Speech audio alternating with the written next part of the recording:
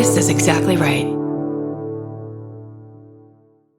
Capture your favorite summer feeling with Pandora Jewelry. Discover a collection inspired by the sunshine, freedom, and moments that make the season unforgettable. From sun-kissed metals to personalized pieces ready to be engraved with your summer mantra. Each design moves with you from beach days to golden nights and every memory in between. Shop Pandora Jewelry's new summer collection in-store or online at pandora.net and let your summer unfold. Goodbye. Summer is for adventures, road trips, and adding a whole lot of miles to your car. That's why it's worth stopping at Valvoline Instant Oil Change first. Their trained techs help you get road trip ready with an oil change and an 18-point maintenance check included with every oil change, checking your tire pressure, wipers, lights, and more. Valvoline Instant Oil Change techs complete over 270 hours of training, so your car's in capable hands. Best part? You can stay in your car and you're in and out in about 15 minutes. Valvoline Instant Oil Change. Change wisely. Goodbye. The Hulu original series Furious is coming to Hulu and Hulu on Disney Plus on July 27th.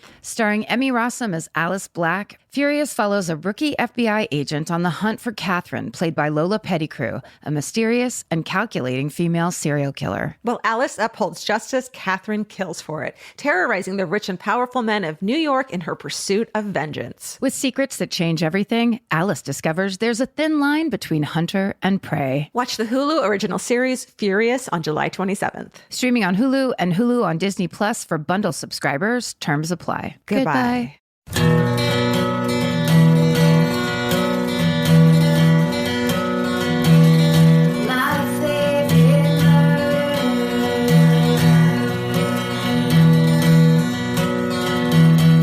Hello and welcome To my favorite murder. the podcast. Full episode. The full. It has nothing to do with the minisode. Why would I say Because we're that? recording during the day, and that's when we usually record minisodes, right? That's right. It's not the weekend, right? It's not the weekend right now. That's right. It's the daytime outside. It's not fucking Wednesday evening, and we're going to make Steven stay up till 4 a.m. editing this podcast. Nope. So all of reality is broken and bizarre. Yeah. And on top of that, we decided to make a couple changes so that things were just slightly weirder, that even just the baseline touchstones that we have in our lives, we just kind of upended those as well. I like it. Yeah. I think it's a good idea creatively. Things are going to be the same and different. Oh my God. Can you imagine? All over the place. How different? But at the same time. Now, do you have a ponytail in or did you cut your hair off? I have a ponytail. Whoa. That's a formidable ponytail for you. Thank you. Are you growing your hair long? Let's start with a visual conversation. For this episode of this podcast, everything is going to be explained visually. Yep. Deal with it. Follow Georgia's along. I would say she has got an index finger's long ponytail back there. I love a good messy pony. That's always kind of been my favorite thing, is like it looks like a paintbrush that exploded. Yeah. It's my favorite. You're a 90s girl through and through. I am. Yeah. I'm so 90s. I posted a photo on Instagram recently and I had like a kerchief in my hair from the 90s. Yes. It was so nice. It was like, you do it like a little... Hell yes, I do. I showed you that picture that I had that my friend sent with it. I used to rock. My friend called it the babushka, but it's just a bandana. My grandma called it a shmata. Shmata, yeah. Shmata in Yiddish is just like a rag that you. Yep. So babushka and shmata is the same thing. Shmata's in my vocabulary because a producer used to call that on a TV show I worked on, anything that you use to cover something at any size. Yeah. It was always a schmata. Yeah. Because we'd have like a bag full of like, you don't throw your socks away, your old socks away. You put them in the schmata bag and you use them. So you can dust with them. Your lemon pledge. Yeah. Yeah. Absolutely. Don't waste a nice towel. These days, I'm literally going out of the house once a day just to see if something happens so that I can bring it back and talk about it on our podcast. Oh. That's how little is going on. Because we live in a quarantine where I actually believe that this virus is bad for you and giving it to other people is a bad idea. Yeah. I'm one of those rare few. Don't get bad vibes on top of being sick. by not wearing a mask when you go out of the house. I went out for the first time yesterday. Vince and I went to the beach. It's his birthday week. So we went to the beach. Happy birthday, Vince Averill. Vince. The America's husband. What a great job you're doing. Thank you for showing us how great men can be. Yay. Yay. Yay, Vince. I went to the beach and we stopped for sandwiches first to go. And just no one was wearing a fucking mask in Venice, where it's like, I would think everyone is the most like liberal, fucking crunchy, going after it, taking care of people and others. Nope. No fucking mask. This is Los Angeles. Oh, yeah. Amen to the fucking girl working or the gal working at the counter at GTO in Venice where we got our sandwiches. Because we were like, she was fucking strict. And she was like, go in that way, stand there. It was really strict with us. And we were like following directions. And then this like, hipster dude tries to come in and just pull his t-shirt up over his face instead of have a mask on. So he's just doing one of the like pulling his shirt up. And she just yelled at him to get out. And he fucking followed the directions and embarrassingly walked out. She's like, no mask. You can't come in here without a mask. Can't. Even it's a fake food. T-shirt mask, which I respect that he at least tried to do something. It wasn't like he tried, but I think what they're saying, the science is finding that you have to have a real mask. Yeah. That's kind of the point. Your fucking $88 t-shirt, distressed t-shirt that you bought from a concert you didn't actually go to, right? Isn't gonna work. Anyway, this is the problem though, because we're all in this place of upset always. Mm-hmm. Because of the reality of the world around us in myriad ways, no matter where you stand on the spectrum, political spectrum or whatever. Yeah. It's when you go out, you are anticipating conflict. Yeah. And that is such a problem. Yeah. It's scary. It makes people defensive. It makes people extra sensitive. There's things that you would have never paid attention to or never worried about that now you're like, we're in a place and a fight could break out over masks. Yeah. Like this reality is so intense. It's just so intense. You give yourself a break. Make sure you give yourself a break. Yeah. Go to the beach. God, it felt amazing. It was amazing. Was it great? Was it busy? No, not busy at all. Smattering of people. The water was like the clearest I've ever seen in Southern California because everyone's not there right now. And like, it just was lovely. And you get those negative ions, which are very good for you, according to positive ions, negative ions. Get the negative ones. You've already got all your positive ones. What's going on? What do you have? I don't really have much. God, conversationally? Well, I was excited to see that you started watching Love on the Spectrum. Yes, we started Love on the Spectrum. It's so cute. I love it so much. It's so charming. Everyone's so charming. It's a hall of heroes, the people that agreed to be so vulnerable as to be on that show and have a camera follow them around to watch how they interact and date. Yeah. Hard enough for any person. And then with a person that might be on the spectrum, have Asperger's or just have kind of social cue issues. Mm-hmm. So much harder. Who is your favorite? So far, I've only watched one episode, but Chloe is coming out as a top for me. A top contender because she's so thoughtful. She does this thing on her date where it's awkward in the beginning and she's like, so what books do you like? Because she loves to read. And the guy is kind of sheepishly like, oh, I didn't learn to read till I was 13. And like it could have gotten awkward. And instead she responds, oh, I didn't talk till I was 7. Mm-hmm. In this like really generous way of like, well, there's no judgment here. We're, about you not being able to read. Like he seemed embarrassed about it. And immediately she was like, well, I didn't talk till I was 7. So this isn't a competition. And this is, judgment free zone. This is judgment free. It was just a really sweet moment that I appreciated. That's kind of what I'm talking about when I was talking about, it feels to me, I watch it and go, oh, I feel like I could do this. Yeah. It's so nice because most of that kind of stuff, I just go, I can't do it. Yeah. I can't watch somebody else be vulnerable and I can't be vulnerable. And it's like, no, I absolutely can. Do you mean like going on a date or just being vulnerable in general or both? Well, both, but dating specifically, because I always, anytime it's like a formal kind of date thing, I do have that thing of if a moment like that happened, instead of like, I would feel like, oh, that person, I did that to them. Yeah. Or I would do a thing. and it's because I drank for so long. So dates were all like escape behavior. And then I was a superstar and I didn't know how I did it. Yeah. Essentially. Yeah. You weren't even like totally there for them. So you didn't have to experience any awkwardness at all. No, drunk Karen never felt awkwardness, and she always had great stuff to scream across a restaurant. And it didn't matter because he was drunk too. You're fine. You're fine. We're not there anymore. It's in the past. Look, no one's still thinking about it, but you. You don't have. You're not there right now. You're not horrifying. There. No one's ever going to make you go back there. But you know what brought me back there was when Michael was on his date and I feel bad because this girl was kind of a B-plot girl. So it was the girl with the bow in her hair that was kind of gothy and liked to cosplay.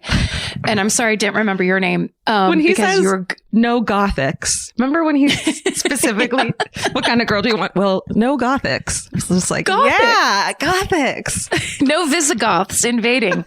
There was a moment where the two of them were at dinner together in this fancy restaurant in that rad table that was like right there by the windows looking over I think they're in Sydney. So it was like looking over the Sydney Harbor, gorgeous. And they're talking and he's asking her questions and she's answering. And then it gets to like question number 7 and she just starts to stare off and then kind of puts her head down and then goes, excuse me, and then just leaves.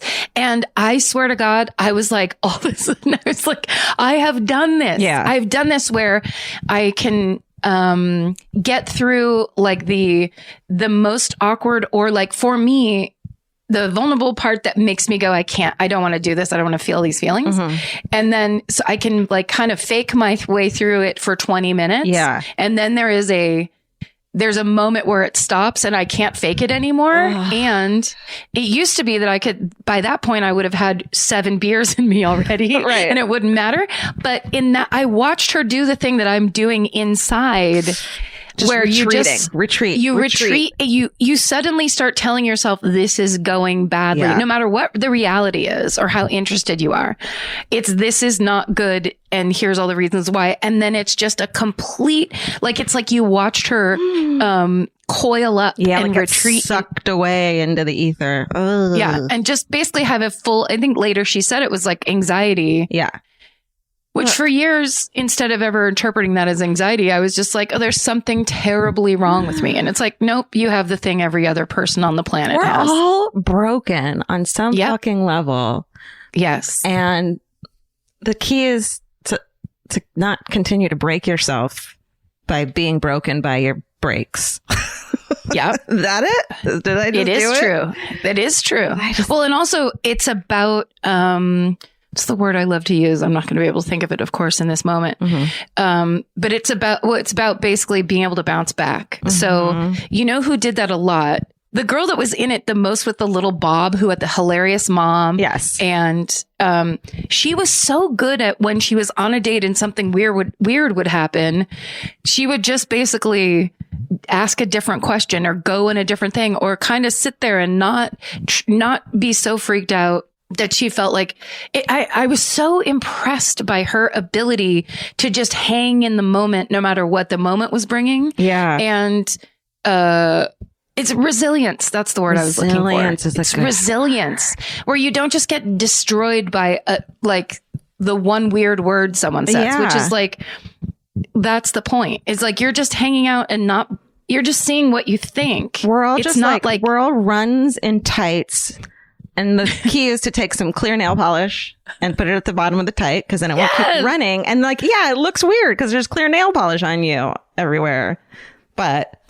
But you don't just like you don't see the run and then rip the tights off your legs because it's imperfect and too bad. And light them on fire while they're still on you. You don't fucking throw a match onto your... And then say, I'll never date again. Pour alcohol all over them. Can't do it.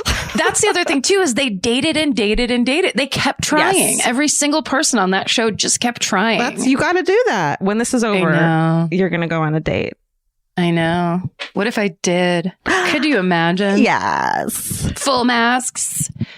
Yeah. V for Vendetta masks. Do you think they'll ever make like a tandem mask so you can make out while you're both still masked? You know what I mean? What about a tandem mask? There's like, what? It's like It'll be cute. I'm making that. I'm calling it, everyone. No one steal that from me. Basically, you're pulling, it would kind of just be like you pull a big pair of underwear over both of your heads. Like a granny panty over both your heads. So you can or it's kind of like when you like, you know, my cousin Steve used to do it all the time where he'd put his hand over your mouth and then pretend to be making out with you. Yes. That's creepy. I know. It's problematic, but it's how we were in the 70s, 80s. Stuff like that happened a lot. Remember in The Naked Gun when they both put on like full body condoms?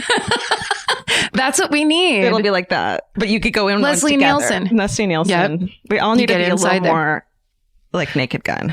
You know what I watch? Those movies hold up, by the way. The Naked Gun series holds up. Airplane. Oh shit. Airplane. Youngins that listen to this, go watch Airplane. Go watch The Princess Bride. We watched that the other night. Beautiful. Oh, everyone's classic. seen that. Yeah. And so then, good. What else? Total Recall. I watched Total Recall last night. Nice. It's all like we're trying to figure out what is actually going to help in a moment that no one's experienced before. Yeah. Right? Yeah. So it's like the Great British Bake Off or baking show or whatever. Yeah. Did it for me from, let's say, March to May. Yeah. And that whole like quiet British people getting along really did it for me. Yeah. Now we've moved into Dwayne The Rock Johnson area that I don't want to move out of anytime soon. He's doing it for me. I'll meet you there. Come over. I'm still at Top Chef. Like we're still at Top Chef. Not bad. And a little bit of Parks and Rec. And of course, Perry Mason, which finished last night. That's so sad. Amazing. That I was like, I'm just going to... Oh, it's Frank. Oh, look who's back. Frankie. Hey, what are you doing? Oh, and George said, I'll come too. Oh, hi. Okay. It's so funny that they come in together. That they're like, we were just in the other room hanging out. No, they just got dropped off from the dog park. Cute. Good job, everybody. No, George, don't get it. Sorry, can I get rid of these guys really quick? Maybe they won't bark. Okay, well, it's a test. They're on notice. Night. You're on notice, George. What were we talking about? Top Chef. Oh, yeah. The sadness of losing Perry Mason. Spoiler alerts, probably. So be careful if you're watching it right now. Mm-hmm. But goddamn, that show was so satisfying and beautifully done in every department. Yep. And the man who played Pete Strickland, Shay. Shay. Is he the guy who's the assistant, who becomes part of the DA after? He's the private investigator that's with Perry Mason first. He is so good in that. What's his name? Oh, hold on, let me find Shay. He's in everything, but this is the thing I liked him in the most. Shay Wiggum. He's Shay in Wiggum? everything, and he's incredible. He's so goddamn good in that character because he was a huge character in Boardwalk Empire. Yeah, that was so good. So when he showed up in this, I was like, oh yeah, he's back. And that whole thing, like, there's something about his face that looks like Popeye. He looks, Popeye, and also like my first camp crush. Oh. That kind of like, he's always smirking on one side of his mouth. Yeah, and he's always gonna like basically tell you to fuck off in a very casual way. Yeah. And he's handling shit. Yeah. It's the 30s and he's handling shit, but his tie's really short. And he can fucking roll a mean cigarette. Oh, shit. Pete Strickland. Yeah. Yeah. And when they got into that fight, Perry Mason's just like basically going, the world is on my shoulders and you're fucking up. And he was like, well, you can get that other guy to come eat shit because I've had plenty. It was like, it was just written so well and so realistically to the time, but not anachronistically so that you were just like, really? Yeah. It was incredible. It was beautifully done all around. Should we do Exactly Right Corner real quick? Let's go over some great things you can listen to on the... Listen, if you're sitting around and you're not sure what you should be listening to this week, we've got some shows on the Exactly Right Network, and we'd like to just go over a couple great things that are happening. That's right. Like, for example, Karen's podcast, Do You Need a Ride? With the hilarious Chris Fairbanks, has a new episode this week, right? And Chris is in Montana at home, so his dad's on it. Yes, and his dad was a DJ in Carmel, and when Clint Eastwood made the movie Play Misty for Me, which is another great film if you haven't seen it, it's like a thriller from the 70s. It's so good. We talked about it. Okay. Did we talk about it? I don't know. Oh, no, maybe. Sorry. Maybe Chris and I talked about it. Jessica Walter, who is the mom from Arrested Development, is one of the stars with Clint Eastwood. And so Clint Eastwood came and watched Chris's dad be a DJ because he was playing a DJ in the movie. Oh, my God. A radio host. He's like the archetype for fucking DJs for the likes of Clint Eastwood. For Clint Eastwood, that's for God's sake. Incredible. But he really does have one of those radio voices. Yeah. And then he's just funny. And it was very like heartwarming because I've never met him in real life. Yeah. So we got to have a little bit of a Montana dad hang and it was very sweet. This week on the Fall Line, they're still doing their series Florida's Missing and Murdered. And they're covering the unsolved murders of Terrion Summers and Deasha Andrews, who are trans women from Jacksonville who are beloved in their community. And they're trying to shine a spotlight on those crimes so that they can get them solved. So make sure to check that out, please. And there's a bunch of other stuff on Exactly Right that we're making for you guys. That I think you'll like. So can we talk about the Friends of the Podcast? Speaking of podcasts, we were like, Friends of the Podcast. We've been like we started saying that recently. Love it. Looked it up and we just completely stole it. We didn't realize on accident. It's totally Pod Save America. It's totally Pod Save America's line. Yeah, we kept saying Friends of the Pod, which literally Pod Save America has merch and shit. Because we went to go, oh, should we make a shirt that says Friends of the Pod? And then I just looked, I'm like, this seems familiar to me. It seems familiar. And then I look it up and that's like, but it's what they call their listeners, basically. Friend of the Pod is the shirt. So if you do want that shirt and you are a listener of podcasts in general, go get Pod Save America because they're the ones that are doing it. And in the meantime, make sure you're registered to vote and make sure you vote. It's really important. Please, God. And also, if we're going to talk about that, we might as well talk about that you should probably try to support in some way the U.S. Postal Service, which is crucial in operating correctly to get all of the at-home ballots processed. So if you can buy stamps or any of the friend of the family and popular banana boy, Scotty Landis, pointed out to me that the U.S. Postal Service, if you go on their website, they have an awesome merch. Cool. Awesome merch. And there's the character from, I think it's the 60s or 70s when they started trying to make zip codes really popular. Mm-hmm. There's like a cartoon character, and I think his name was Mr. Zip. Love it. And you can get a t-shirt of that guy. I think that's the one Scotty was telling me he got the t-shirt of. And Scotty's a big merch head. Scotty is good at merch. He's good at merch, and he also is a huge purveyor of the mail. Yes. He loves to send postcards. He sends people mail and postcards and letters all the time for real. It's like a thing he does on Twitter. So cool. So he's doing his part. You do your part. Do your part, and then also keep an eye out that our entire system is being dismantled in front of our fucking eyes. And it's really important that it doesn't happen. This podcast is brought to you by Squarespace. Every successful small business starts with someone saying, I wonder if people would actually buy this. Squarespace gives you everything you need to find out. From consultations to events and experiences, you can showcase your skills with a customizable website designed to attract clients and grow your business. With Squarespace's collection of cutting-edge design tools, anyone can build a beautiful, professional online presence that perfectly fits their brand or business. Get paid on time with professional invoices and online payments. Plus, streamline your workflow with built-in appointment scheduling and email marketing tools. Head to squarespace.com/murder for a free trial. And when you're ready to launch, use offer code MURDER to save 10% off your first purchase of a website or domain. Goodbye. You know your favorite summer clothes by what actually makes it into your suitcase. Find the outfits you'll wear all season long at Quince. Quince's 100% European linen pants, dresses, and tops are the pieces you'll reach for all summer long. They're lightweight, effortless to style, and they start at just $32. Their denim is soft and comfortable, and their organic cotton sweaters are perfect for layering when evenings get cold. Quince's beautiful 14-karat gold jewelry adds a subtle finishing touch. So I just went to Italy, and you bet I brought my 100% European linen scoop neck midi dress along with me in the color of floral waterfall, and I wore that thing all over Italy.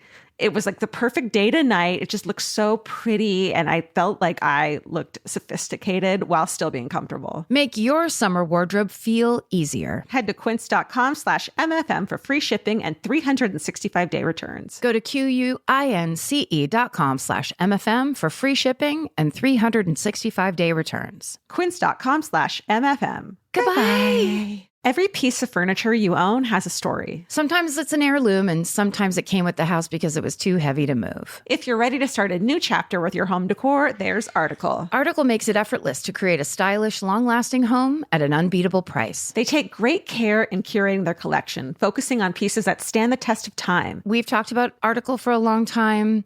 There are pieces in that catalog that are so affordable that are room changers. And if you go through there and there's like a little something you don't even realize you need it until you see how they have stuff set up or what style combinations that they're doing with. They do the boho chic. There's mid-century. It's a little bit modern. It's something new.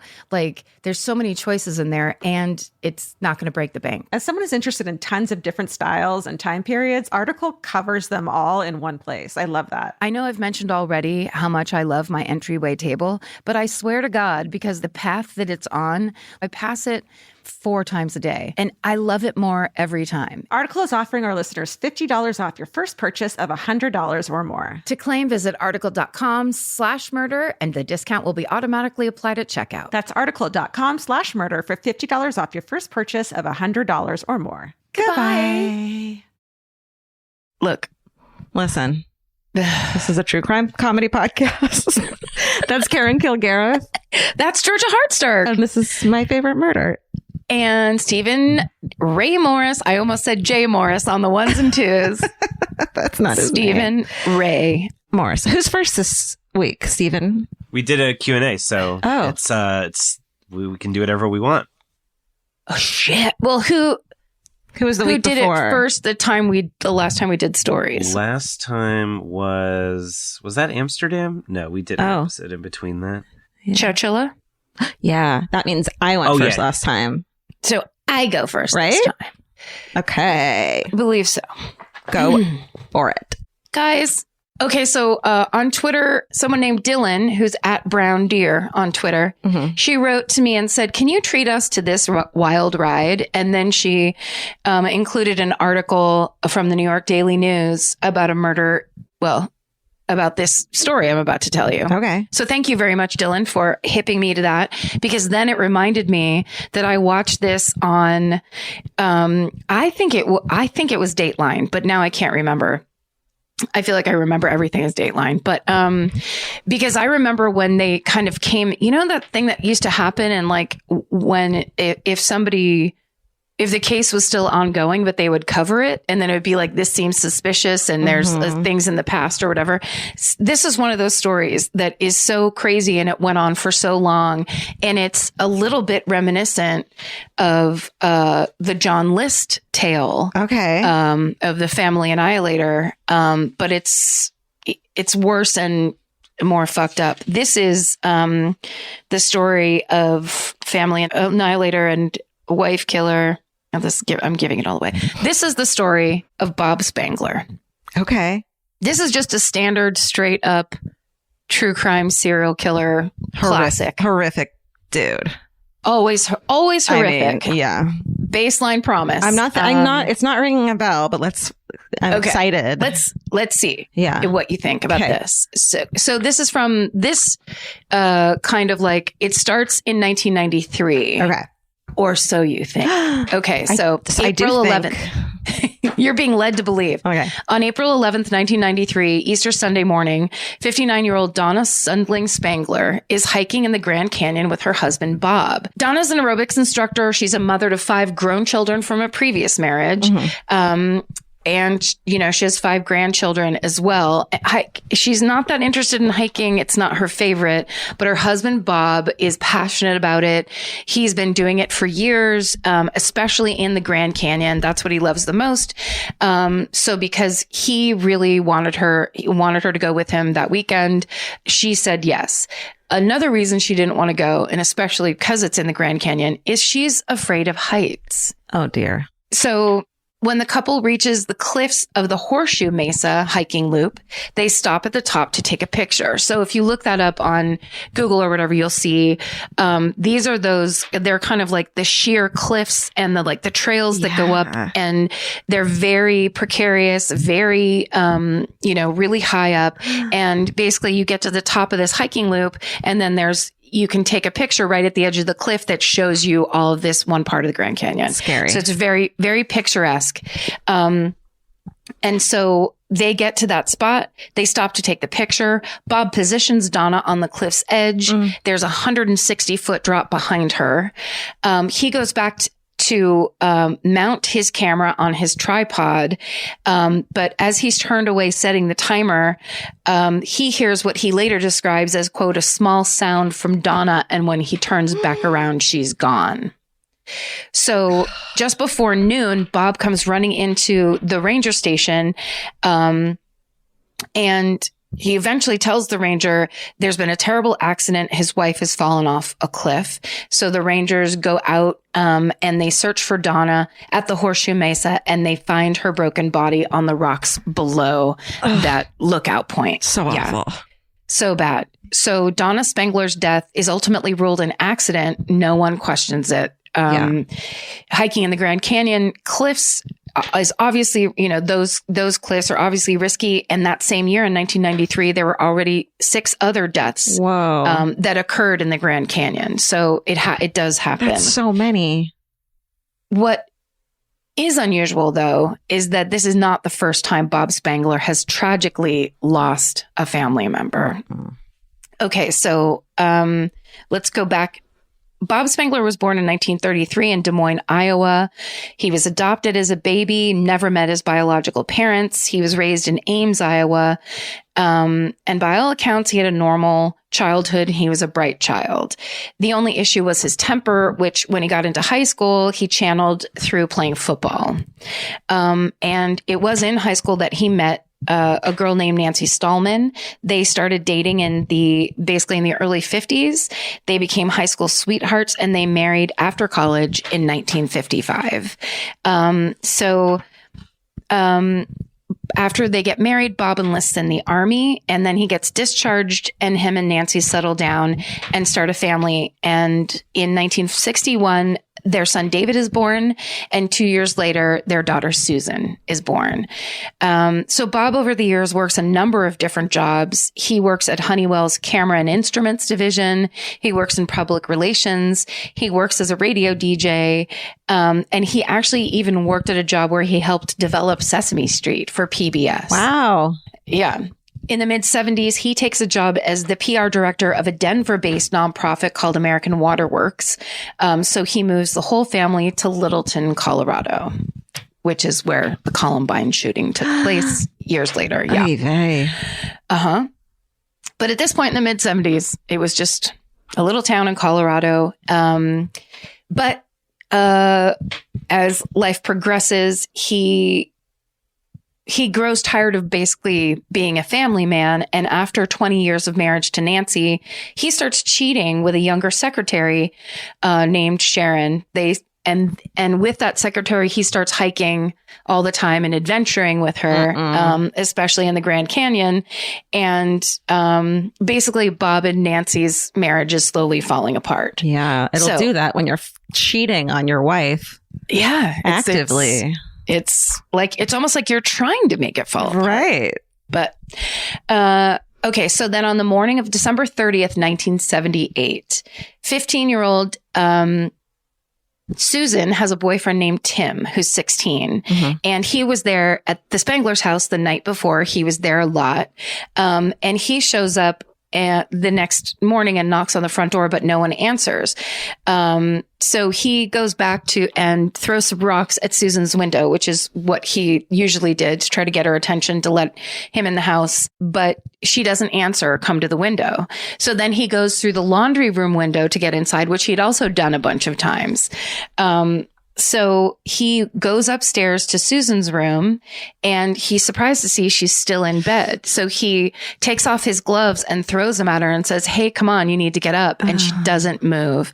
And then when he gets closer to her body, he sees there's blood on her back. And he runs across the hallway into Susan's older brother David's room to get help, and there he finds David half in and half out of bed. Oh my God. And David's been shot in the chest and is dead, and Susan has been shot in the back and she's dead.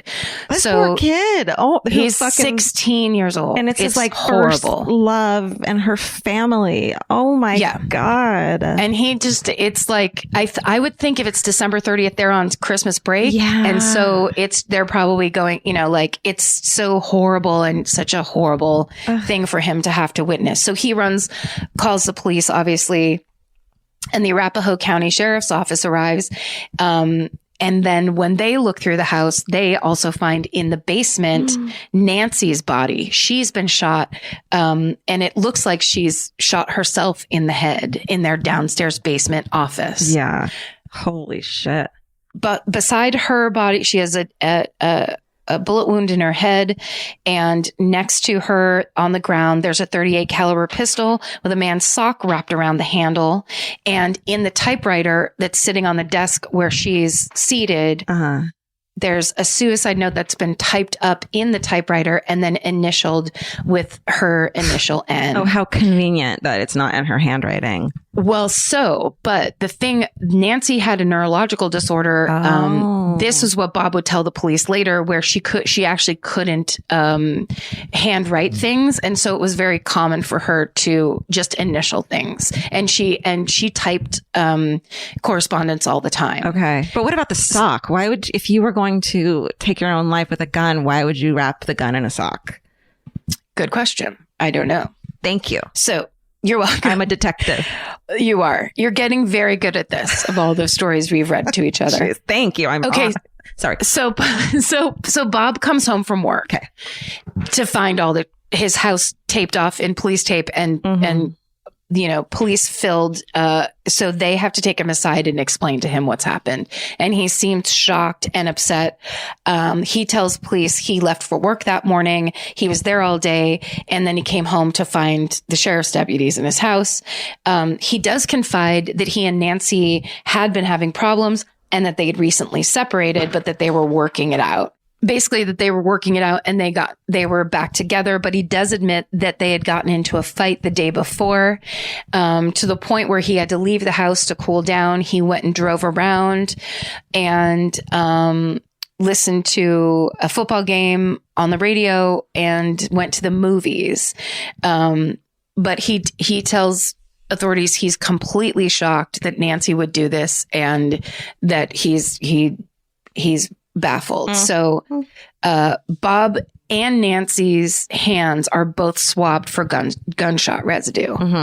Let me read my sources really quick. So the Denver Post, the Arizona Sun, the New York Daily News, and then a source for me on this was there's a Canadian true crime series called Crime Stories that's on YouTube that pretty much every story we cover has been covered by this stories. And just the last time when I was talking so much about that Nightline episode for the Chowchilla, I realized that, like, it was the kids that went through it as adults telling their story, but that I probably should have cited the writers for that show or the producers because they did all the work to get that together. Yeah. So for this episode of Crime Stories, it was written by Drew Carnwath, and then also Wikipedia and Murderpedia also. So the reason I say that is because in this series and Crime Stories, they have the people who worked this case and who were at the scene at the time. Wow. And yeah, it's amazing. And one of the people was the police photographer. So Bob had nowhere to go.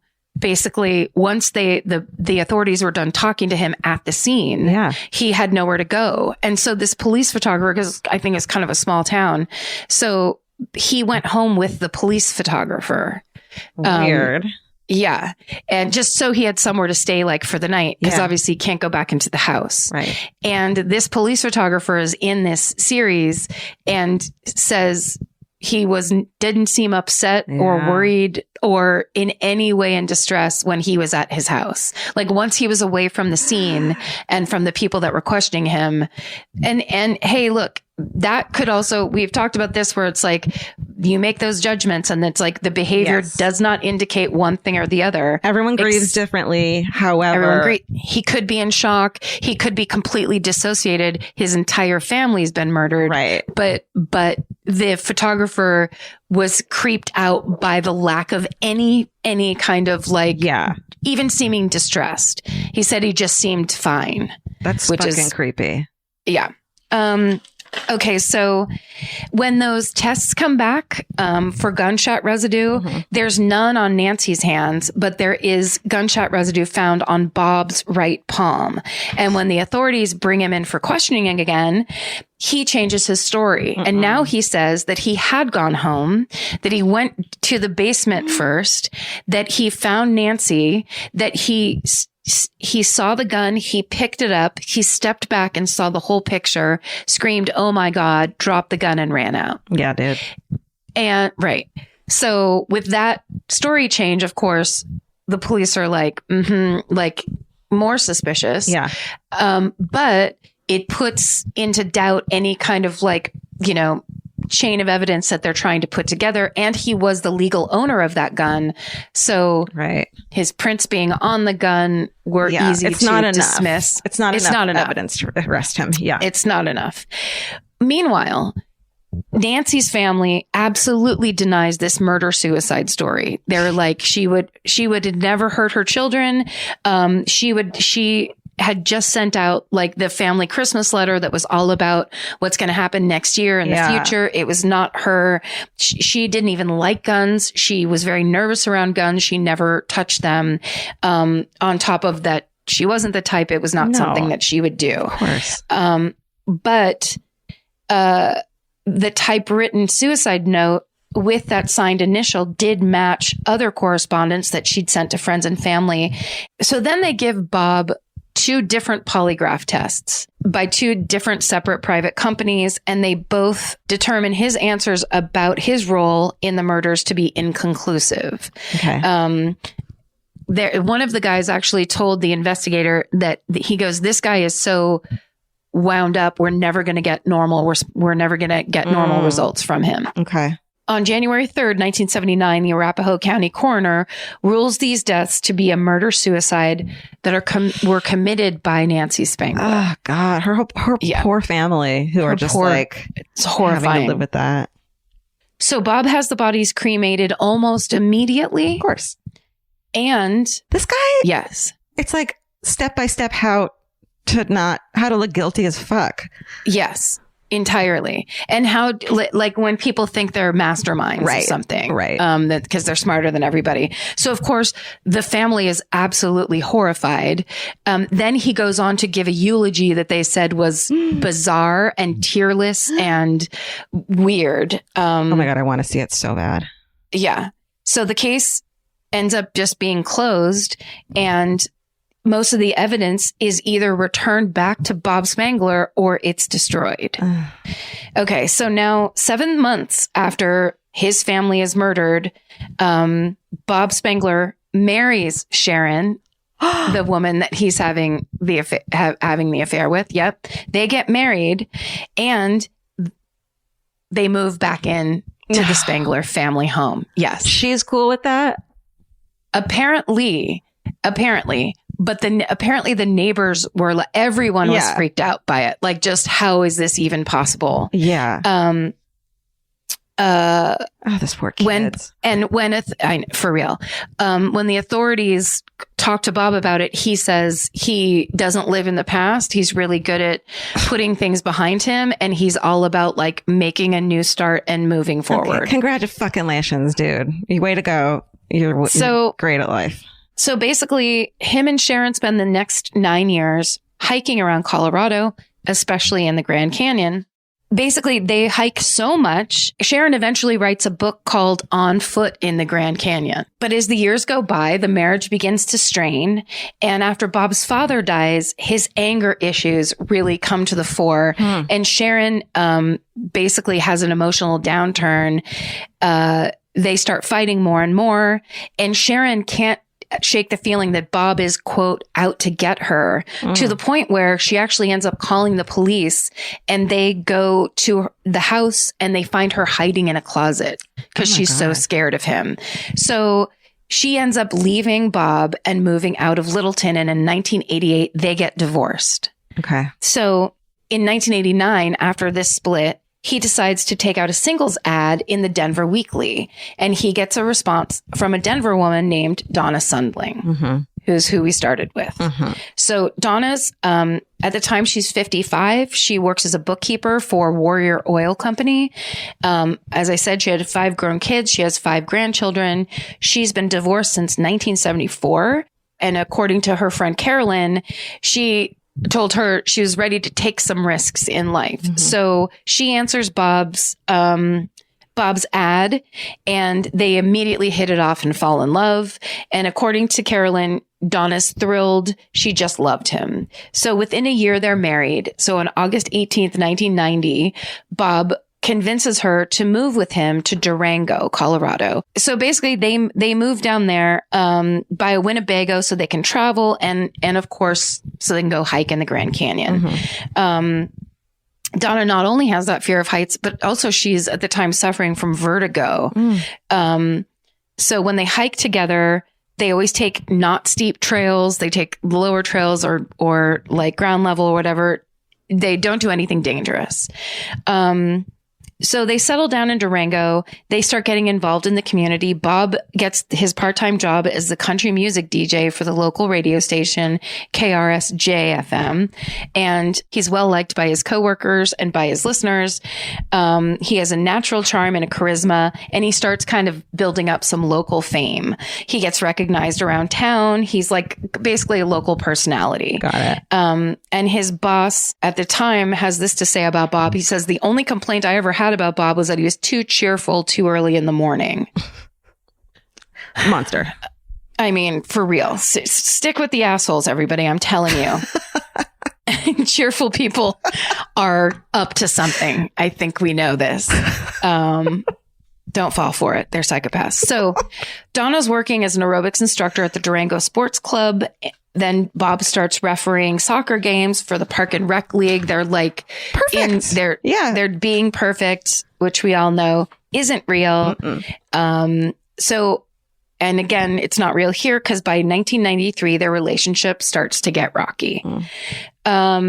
And the cracks in Bob's personality start to show. He starts talking. So basically, the longer they live there and the more friends they have, he actually does start talking about what happened to his family. Oh, dear. And this is the part that really, really made me sick to my stomach.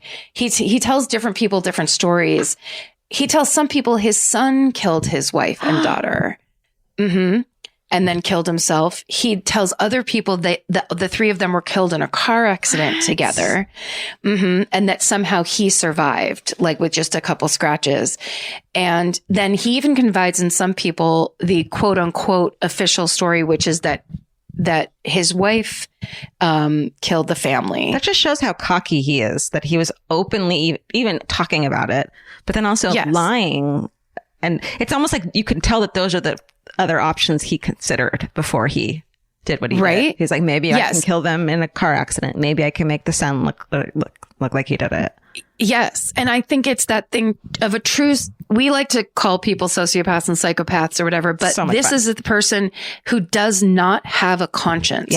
Who does not, these people exist in our world. He doesn't understand how other people even think. He can't even wrap his head around that. No, he doesn't care. Yeah. He's not interested. Other people are things to him. It's objects to move around in the world so he gets what he wants. And this is the kind of thing, like, if this podcast, for all our mistakes and all of the things that we do wrong or whatever, if there's anything that I hope to God that people get from this podcast, is that psychopaths are real and they are among us in the world. And you can't, this idea that someone is a DJ and nice, therefore he could never do a bad thing. Right. We have to stop thinking this way, please.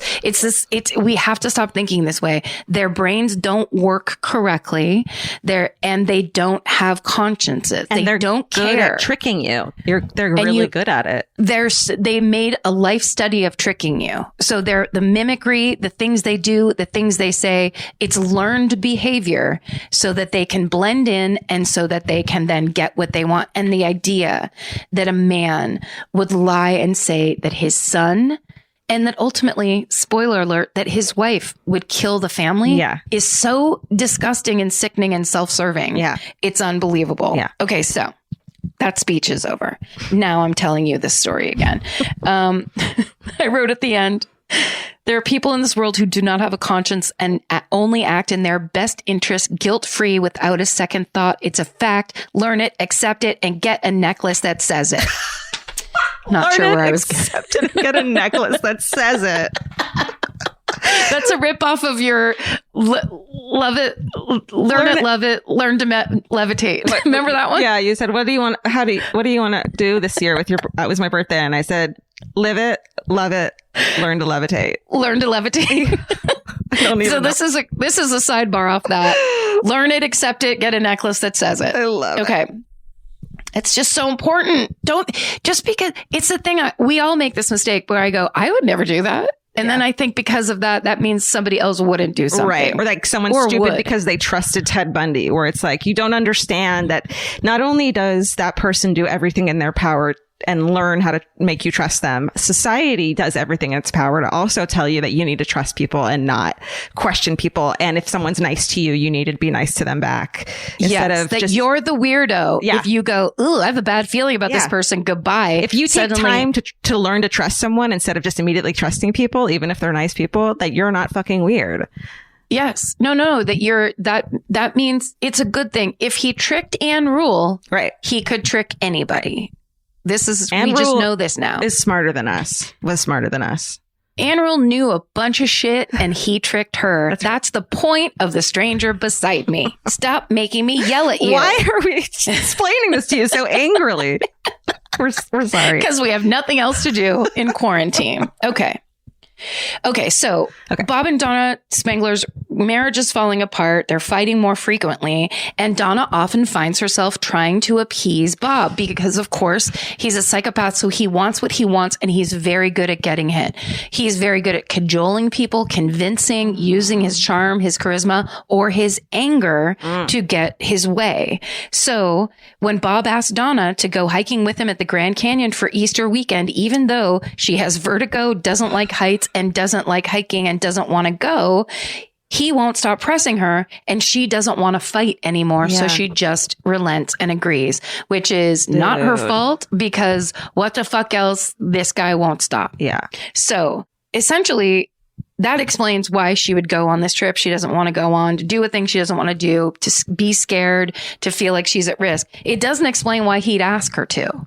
Right. You know what I mean? Right. Why is that so important to him to make her do a thing he knows for a fact she doesn't want to do and isn't into it all? So when he's questioned, Bob tells the Rangers that after Donna's fall, he ran up to where her body was. He washed the blood off of her face and covered her with a tarp and then went to get help. So there's no eyewitnesses for this fall and there's no one to corroborate how, like, the chronology of it. So he's saying before getting help, he ran to the bottom of the fucking cliff. Yes, to check on her. Which is 160 feet down, to check on her as if he could give her any aid instead of running to the fucking people who know how to take care of shit.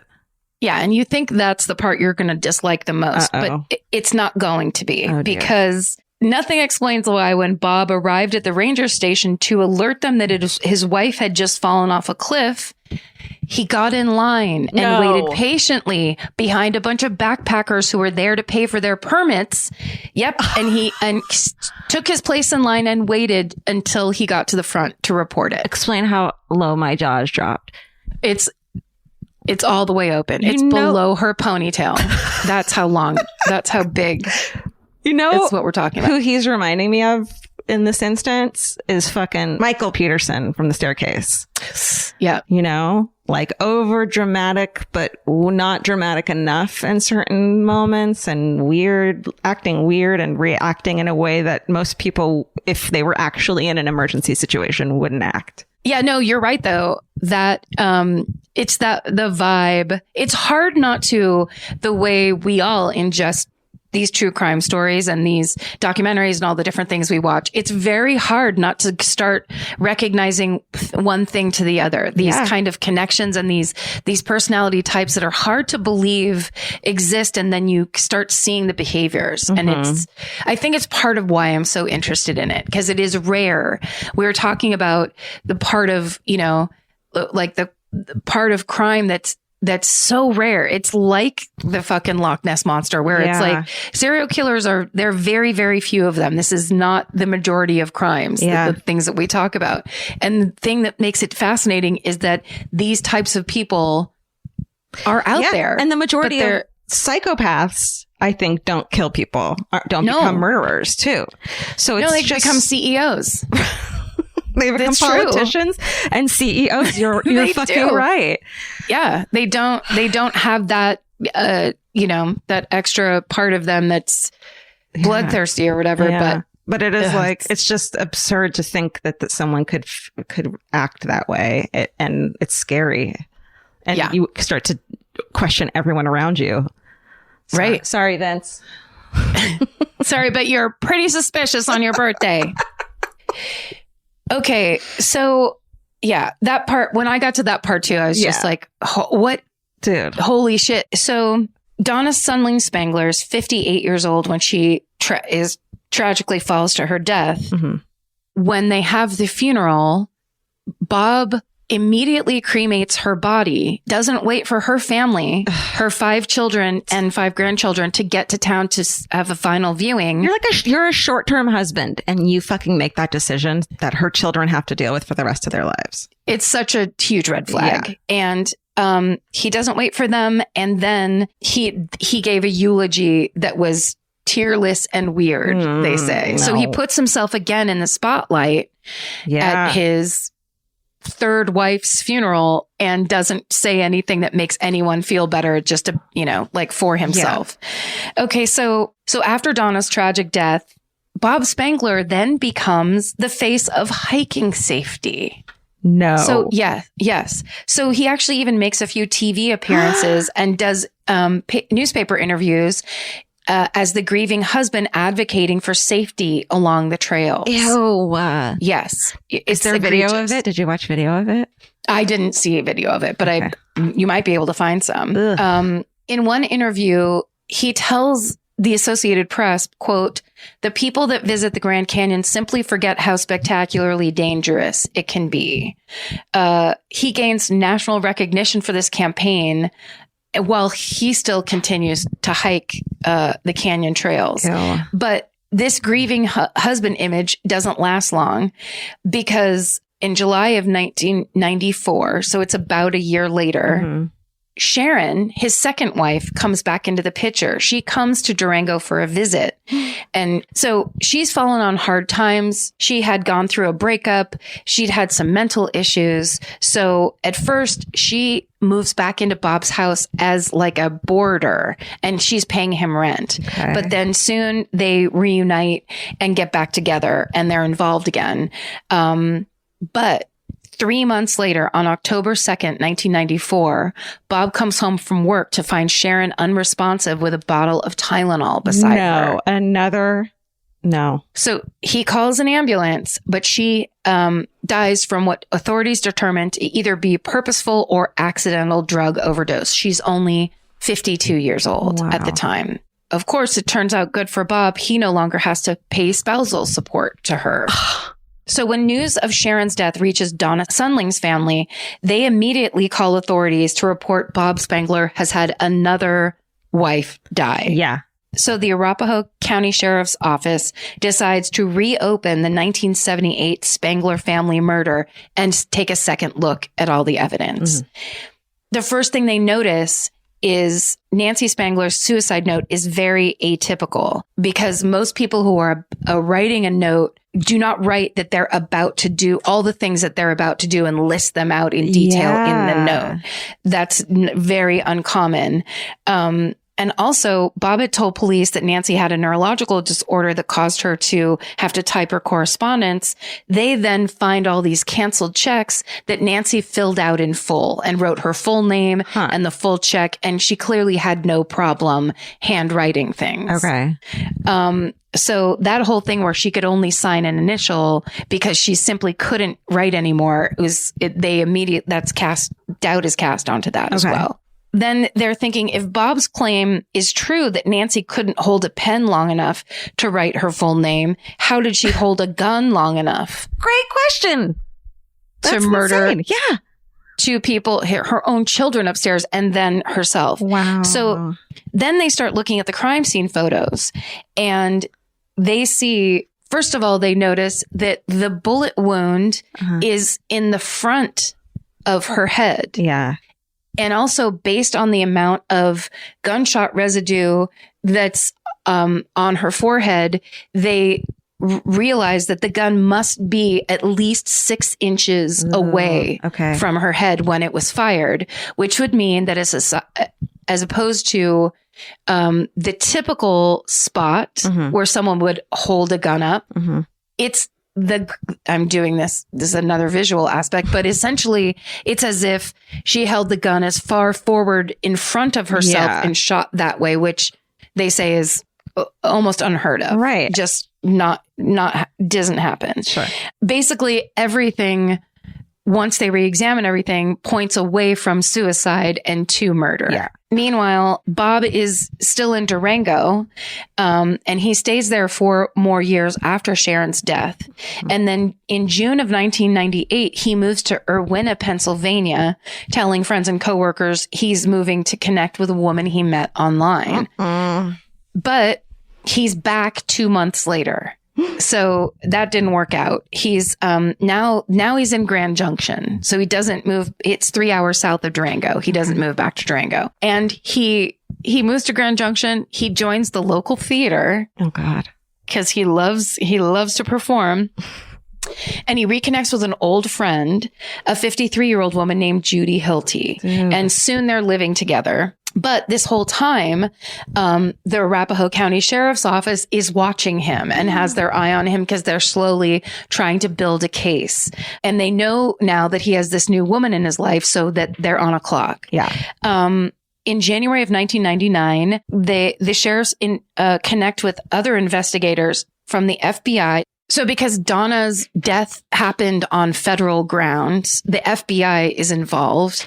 So they're talking, Arapahoe County sheriffs are talking to the FBI, the U.S. Department of the Interior, National Park Service, the Arizona Assistant U.S. Attorney. So there's tons of different factions that are involved in trying to analyze and solve these cases and crimes. And they're basically all trying to work together to assemble everything that they know about him and his history and everything. Okay.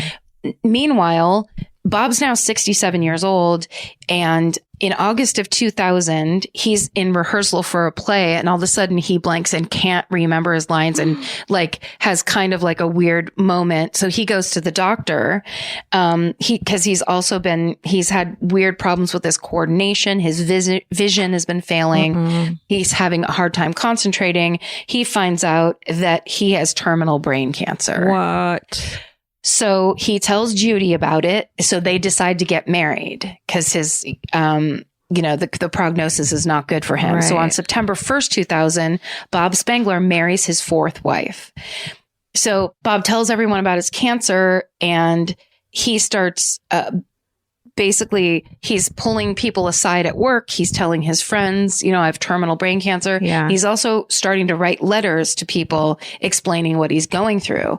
So there's a woman that was friends with Bob who had been interviewed by the authorities about him.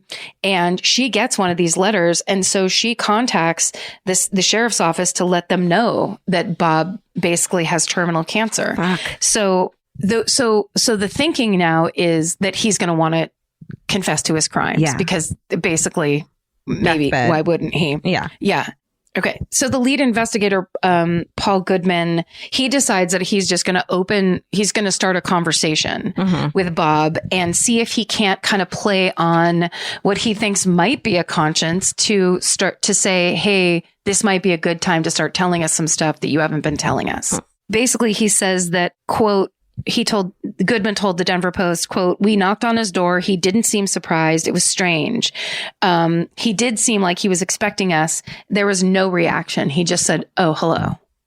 So the first day of questioning lasts like 4 hours, and they ask Bob about all 3 incidents: the deaths of Nancy, David, and Susan, Donna's fall at the Grand Canyon, and about Sharon's overdose. And it's actually super genius. They talk about this in Crime Stories because the FBI did a profile on him, and they said if he's a true psychopath, that what they need to do to get him to open up is to play up his importance. Right. So they're basically saying, you're so fascinating. You've done all these things. We need to study you. Yeah. You need to tell us what you've done and how you did it so that we can study you and learn from you. Oh my God. And they actually set up a room and made it look like there's a full on task force, like trying to crack the case. And they said that he walked in and immediately loved it. They could tell that he loved that idea that he was there to educate them. Yeah. Ew. And so basically, Bob tells them they're, quote, naming one too many when they lay out, these are all the crimes we're looking at that we think you're involved with. He says there's one too many.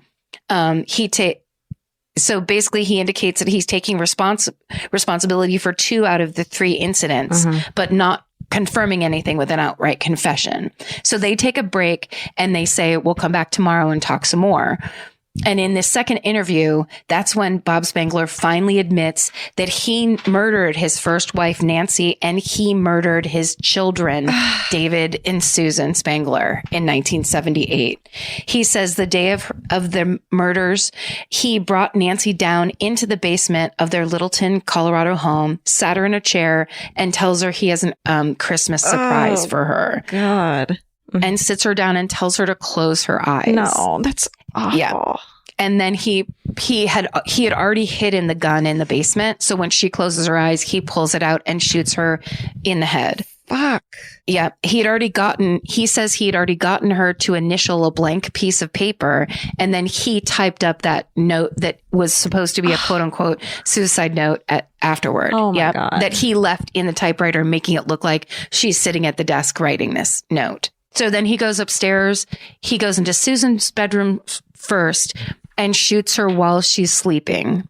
Then he goes into David's bedroom, and David has heard at least one of the gunshots. And so he's getting up out of bed. And that's why he's shot in the chest, because he knows it's his father and is basically half out of bed when Tim, Susan's boyfriend, finds him. Right. Yeah. So he didn't, this is really terrible part, but David didn't die right away. So Bob Spangler suffocated him with a pillow. Yeah. He admits to all of this. And basically he tells investigators he killed them because he was tired of family life and his girlfriend didn't like children. So he thought killing his entire family was, quote, easier all the way around. Oh my God. So then they move on to Bob's third wife, Donna Sunling. And at first Bob is hesitant to confess that he murdered her because he's afraid her kids will file a civil suit against him. Fucking asshole. Yeah. So, but they get him to do it. And he basically describes planning out the whole scheme, first from picking the perfect spot along the trail, to the moment that they stood face to face at the edge of that cliff before he pushed her off and into the Grand Canyon. But he admits that entirely, which is obvious, of course, the way I told it. Yeah. But up until that point, he had it perfectly covered in every way. Because you can think about her knowledge and her face being up close to his and her knowledge. And it's just heartbreaking. It just is what makes him such a monster. Yeah. It's monstrous. Yeah. He does vehemently deny having anything to do with Sharon's death, though. He says that was her either accidental or intentional overdose. One of the agents on the case says that Bob, quote, told our investigators during the confession it was his opinion that he was a model citizen and a good human being, except during 2 days of his life when he did something terrible. He can say he was a good citizen, but his actions on 2 days of his life took away thousands of days of the lives of 4 people. I mean, and that kind of rationale is like also so of that clearly, a person whose brain isn't working the way everyone else's brain works, where it's like you've actually rationalized it down to just, it's just 2 days. 2 days. And only 2 days I was bad and the rest I was great. Or it's like, I disagree. It doesn't work that way. When Spangler's confession spreads across the state, many of his friends and acquaintances are shocked.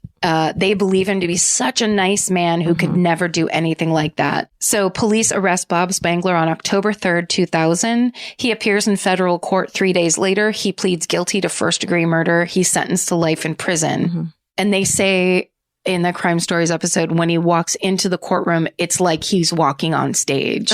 He has a big smile on his face. He winks at his current wife. What? It's so Michael Peterson from the staircase. So Michael Peterson. He doesn't, he never looks at any of the victims' families or any of his, extended family or whatever. I want to look up a photo of him real quick. What's his last name? Spangler. He looks like a shop teacher, like he's a bald guy with a white beard. Oh yeah. He's a total shop teacher. Right? Yeah. He is the kind of person you could see him playing up the role of, hey, it's me. Yeah. I'm the good guy. I'm the grandpa, good guy. Grandpa features a little bit. Yeah. Oh God. Big weird smile with dead eyes. While in prison, Donna's kids do file a civil suit against Bob, just as he suspected they would, thank God. They claim that their mother's murder hurt them financially and that Bob and his current wife, Judy, are responsible for compensating them. And that suit was settled in April of 2001. So 9 months after his conviction on August 5th, 2001, Bob Spangler dies in prison at the age of 68. And that is the story of the family annihilator and serial killer Bob Spangler. That fucking asshole gets to die of natural causes. Oof. What a piece of shit. And just have chance after chance. Yeah. He's like John List times 5. Total John List. But yeah. Wow. The idea that 2 days in my life I was bad, but otherwise I'm not a bad person. I was a model citizen. Yeah, that's not how that fucking works, dude. The majority of us aren't doing that any days. But also, lives. let's actually pull those 2 days and really take a look at them, because that's kind of what we're talking about here. It's like, that's what we're talking about when we tell these horrible stories, where it's like this behavior isn't normal and it isn't like it's just like it's so beyond the pale that one day it wasn't just his own family's lives in 1978 that he took away, but all the surrounding family and friends and loved ones. Totally. And poor Tim, the boyfriend, who, Tim is never going to stop being affected by that day. The families that the son and daughter would have had and affected, and the people they would have made their lives better, and, what they would have done with their lives. You take all of that away, and the moms and the grandmas. It's not just this 24-hour period that you made some mistakes in. Yeah. Yeah. You don't get. So, yeah. Wow. Great job. Summer's for adventures, road trips, and adding a whole lot of miles to your car. That's why it's worth stopping at Valvoline Instant Oil Change first. If you need an oil change, make the smart stop at Valvoline Instant Oil Change before you hit the highway. Their trained techs can help you get road trip ready with an oil change and an 18-point maintenance check included with every oil change, checking your tire pressure, wipers, lights, and more. That means they're checking important things before you're halfway to your aunt's house with no cell service. And these aren't just any techs. Valvoline Instant Oil Change techs complete over 270 hours of training, so your car's in capable hands. The best part? You can stay in your car and you're in and out in about 15 minutes. So before your next long summer ride, pull into Valvoline Instant Oil Change. Valvoline Instant Oil Change. Change wisely. Goodbye. Get into the Hyundai Getaway Sales event and get away with a deal so right it almost feels wrong. Right now, you can get great deals on Hyundai's most popular models, from hybrids to EVs and more. Score on the adventure-ready SUVs like the Hyundai Kona, Tucson, Santa Fe, or Palisade, or the bold and tech-inspired Elantra. And the most advanced and capable Sonata or Sonata Hybrid yet. Or go all-electric with the Ioniq 5 or Ioniq 9. But getting away with a great deal is just the beginning, because every new Hyundai is backed by America's best warranty. Which means you can shop with confidence and drive with unrivaled peace of mind. So get down to your local Hyundai dealer and get away with a deal you'll truly love, but don't wait. The Hyundai Getaway Sales event won't be around for long. Visit HyundaiUSA.com now for details. Goodbye. Support for today's episode comes from Square. Nobody starts a business because they love payroll. Or invoices. Or business. And that's why there's Square. Square brings your payments, inventory, scheduling, staff, online orders, and reporting together in one connected system. You can take payments in person, online, or on the go, and track sales and inventory in real time. Instead of juggling a bunch of different apps, Square keeps everything connected behind the scenes, so you're spending less time fixing problems. Whether you're just getting started or growing your business, Square is designed to grow with you without complicated setup, contracts, or hidden fees. If you're starting a business or running one that deserves better tools, Square helps you sell, manage, and grow without slowing down. Right now, you can get up to $200 off Square hardware at square.com/go/MFM. That's SQUARE.com/GO/MFM. Run your business smarter with Square. Get started today. Goodbye. All right. So the story I'm doing got brought up in a mini-sode, I think this week or last week. Mm-hmm. And it's a story I'm obsessed with and have been following since it happened over 3 years ago. And when I found out you hadn't heard about it, I'd wanted to wait until it got solved. But when I found out you hadn't heard about it, I thought maybe so many people hadn't. It's such a solvable case and it drives me fucking crazy. So this is the Delphi murders. Okay. I mean, this is my fucking one of my rabbit hole Reddit late at night stories that I can't stop thinking about. Okay. So I got info from Indie Star, a Medium article by Julie Fiddler, and who's a true crime blogger. The IndieChannel.com article by Katie Cox, Investigation Discovery. It's on all of the channels. There's so much you can read about. A website called Theorem Fact, Reddit, abcnews.com. And then there's two seasons of two different podcasts about this that give you so much information. And they interview the family members of the murder victims. One's called Down the Hill and one's called Scene of the Crime. And they're both really good.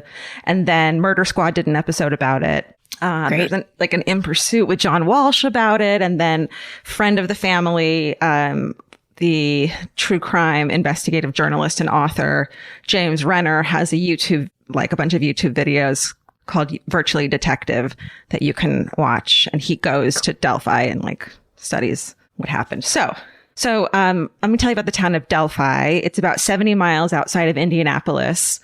And it's really rural. It's surrounded by, cornfields and farmland. It's got a population of under 3,000. So it's very small and it's the kind of place where everyone knows everyone and it's close knit. It's very safe, very little crime. And the town has one main street that goes from the jail to the library. And it's surrounded by beautiful nature and hiking trails and, nature walks that are really popular with people who are into that and the locals.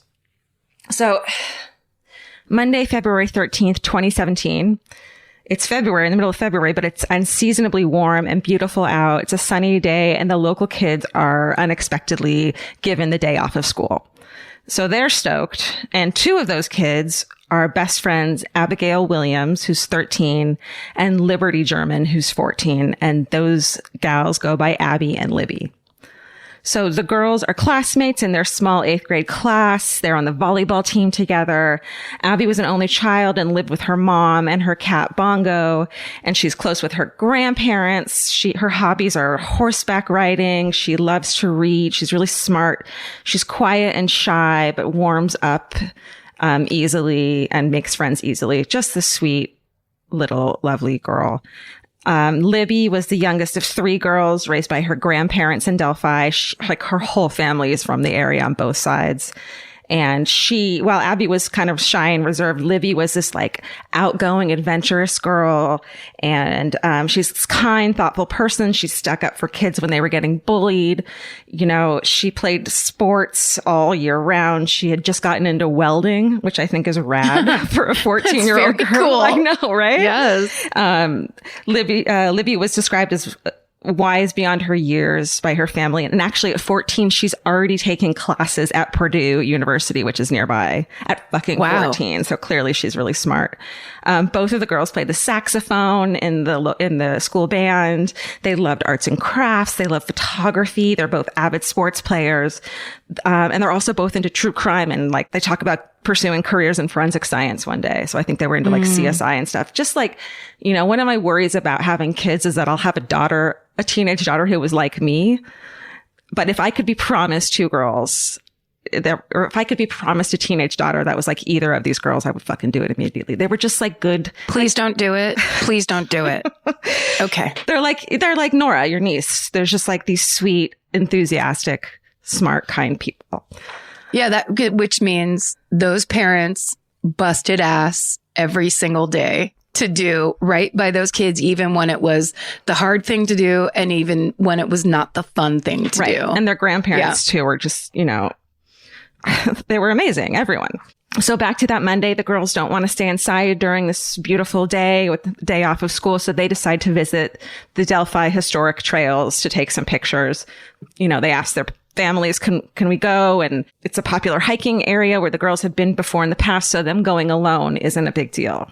You know, and they're 13 and 14. So they're in that stage of like becoming teenagers, but still kind of young.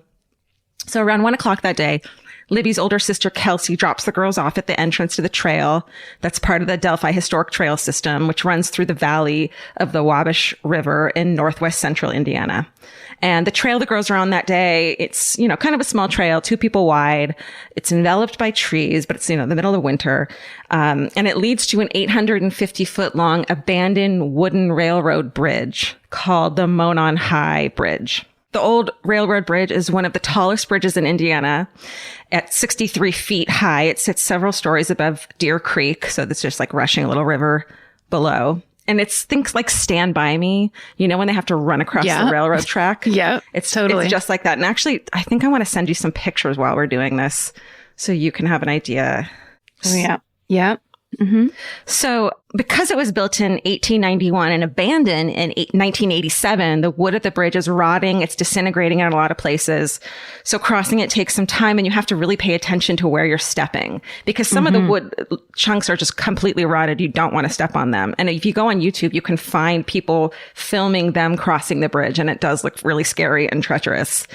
Like, well, because there's also no sides. Right. That's really scary. It's just the tracks and the bridge. There's absolutely nothing that you could put your hand against. Exactly. There's no sides. Yeah. It's so Stand By Me. I feel like it's something, if you were, you know, younger and you'd grown up crossing that bridge, you wouldn't be as scared of it as you and I would be, you know? Right. And if you have a fear of heights, it's not something you'd want to cross, but it's a beautiful location and the locals treasure the spot. And a little after 2 p.m., Libby posts a Snapchat photo of Abby walking across the deserted bridge. So there's no one else on it. So that's 2:00, and we don't find out about this until later. But at some point, a man crossing the bridge alone behind the girls creeps them out enough so that Libby starts secretly recording him. Okay. Which, as women, we fucking understand. why one would do that. You know what I mean? Mm-hmm. We don't know if they had an encounter with him before that creeped them out. So when he was crossing, they started filming him. We don't know if it was just the look of him that creeped them out. But for some reason, Libby starts filming. That's her instinct. When Libby's father shows up at pickup time to drive the girls home, he's not really worried when they're not there yet, thinking maybe they were just running behind. He assumes that maybe they lost track of time, but he starts to worry when there's still no sign of them by 4 p.m. and calls to Libby's cell phone, "Don't get picked up," which is not like her at all. So both families search for the girls themselves before calling the police. And then later that night, with still no sign of the girls and a large amount of people searching in the area for them, the sheriff's office releases a statement to the press saying there's no reason to suspect foul play or to believe the girls are in any danger. But dozens of volunteers look until midnight when the search is officially suspended. And some friends and family continue to search overnight. Right? Which is like suspending that. I mean, I can't imagine what the families were going through when the fucking search got suspended at midnight for like a 13 and 14-year-old girl lost in the woods. Right. Yeah. The next day is Valentine's Day, and the search for Libby and Abby resumes. And around noon, a volunteer searching at the back end of a piece of private property spots 2 bodies. Oh, no. Yeah. And the location's about 50 feet from the Deer Creek, and half a mile east of the bridge. The next day, it's confirmed that the bodies found are those of Abby and Libby. And during a press conference after their completed autopsies, the deaths are ruled homicides. And though details on how the girls were killed are not made public, and we still don't have any detail. There's so few details about this case, so there's a ton of speculation. Indiana State Police, they won't say how they were killed, but Indiana State Police Superintendent Doug Carter calls the murders, quote, "the epitome of evil." It's not stated whether or not there's DNA, although it's assumed there is, and all of that info is still not known. Investigators saying that they're holding some of the case details close to their vest with the goal of having information that only the killer would know when they finally arrest him. Right. Now, it turns out that Libby's phone had been found with the bodies of the girls. And so Indiana State Police distribute a grainy photo that they say came from Libby's phone. And it's actually a still from the video that she started taking of the dude crossing the bridge. So it's kind of grainy because it's kind of far away. Let me send you that. Yeah. The photo is of a man who seems to be following behind the girls on the bridge. White man has his hands in his pockets. His head is tucked down, almost like he's not even aware of them. He's just walking across the bridge, but clearly there's a reason Libby is filming and continues to film this guy. He's wearing sorry, just to interject. Yeah, please. When you have your hands in your pockets, what's that called? Body language experts say you're hiding something. Definitely. You have something to hide. And it's like, knowing how treacherous that bridge is, if you were really, you wouldn't cross with your hands in your pockets. You know what I mean? No. It's not a natural walk when you're walking across a bridge like that. He's wearing a bulky blue jacket, kind of like a windbreaker, jeans, like a flat looking cap, and either a long brown shirt or some sort of fanny pack. And it does look bulky, like he has something in his clothes don't fit properly, doesn't it? Right. Yes. Well, also, I didn't think that was a hat. I thought that was his hair. Yeah. Because it looks like that's a part. Like he has a big part down the middle. Yeah. But I mean, who knows? Anyway. Yes. Who knows? That's the problem who the fuck knows? Right. And so people start to speculate that one of the girls must have started taking video of him. So that freaks people out too, is that she even started, something is wrong with this person. And remember, the girls were interested in true crime. So the fact that she started filming him is indicative of that. Police officially named the man in the photo as a person of interest in the murders, but don't give more context to the image. So on February 22nd, law enforcement circulates an audio recording from the video that was on Libby's phone. Because remember, she's taking video. So the sound is really muffled, and it almost sounds like he saw her she stuffed the phone in her pocket and left video running. Yes. Because she didn't want him to see that she was doing that. And you can hear a man with a deep voice, kind of almost commanding, say the words, "Down the hill." Down the hill. So officials say that Libby's a hero for being able to take stealthy video, despite the fact that she must have been scared to even have started taking video at all. And police indicate that they have additional evidence from the phone and from what she did, but that they don't want to release it because they don't want to compromise any further trials. And so they're thinking this audio recording and this fucking photo of a fucking dude in this small town of Indiana is going to catch the guy. You know what I mean? Sure. I think everyone thought that. And so when no one's arrested, Indiana State Police distribute the first composite sketch and a description of a person of interest in July, because it still hadn't worked.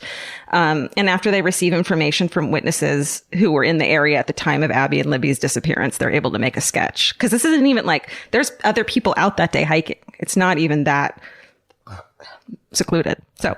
Right. The person of interest is described as a white man between 5'6" and 5'10", weighing 180 to 220 pounds with reddish brown hair. And it shows him wearing a flat cap and he's got a goatee. And detectives say that the suspect becomes known as the bridge guy.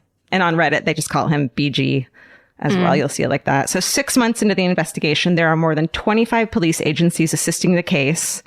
Everyone in the small town of Delphi becomes suspicious of each other. You know, every single face, they're trying to find his face. And the fear and paranoia gets so bad that the local county prosecutor has to specifically warn residents not to harass, bother, or accuse anyone. And they have to say, stop putting photos side by side of the sketch because fucking everyone looks like him. But this is the thing. Like, this is the thing of these stories. Like, this is a town that 2 little girls get killed. People want something to come of that. Right.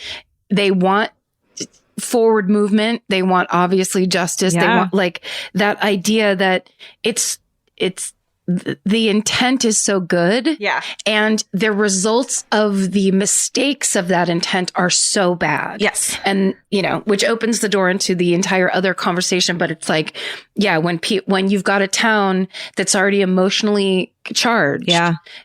Then it can go wrong so easily. And it also can be said that when the police agency gives such little information to go on, there's going to be, that's all people are going to do. They're going to panic. So 8 months after the murders and after having investigated more than 24,000 tips and interviewing 500 people, police finally name a quote person of interest and announce that he's in custody.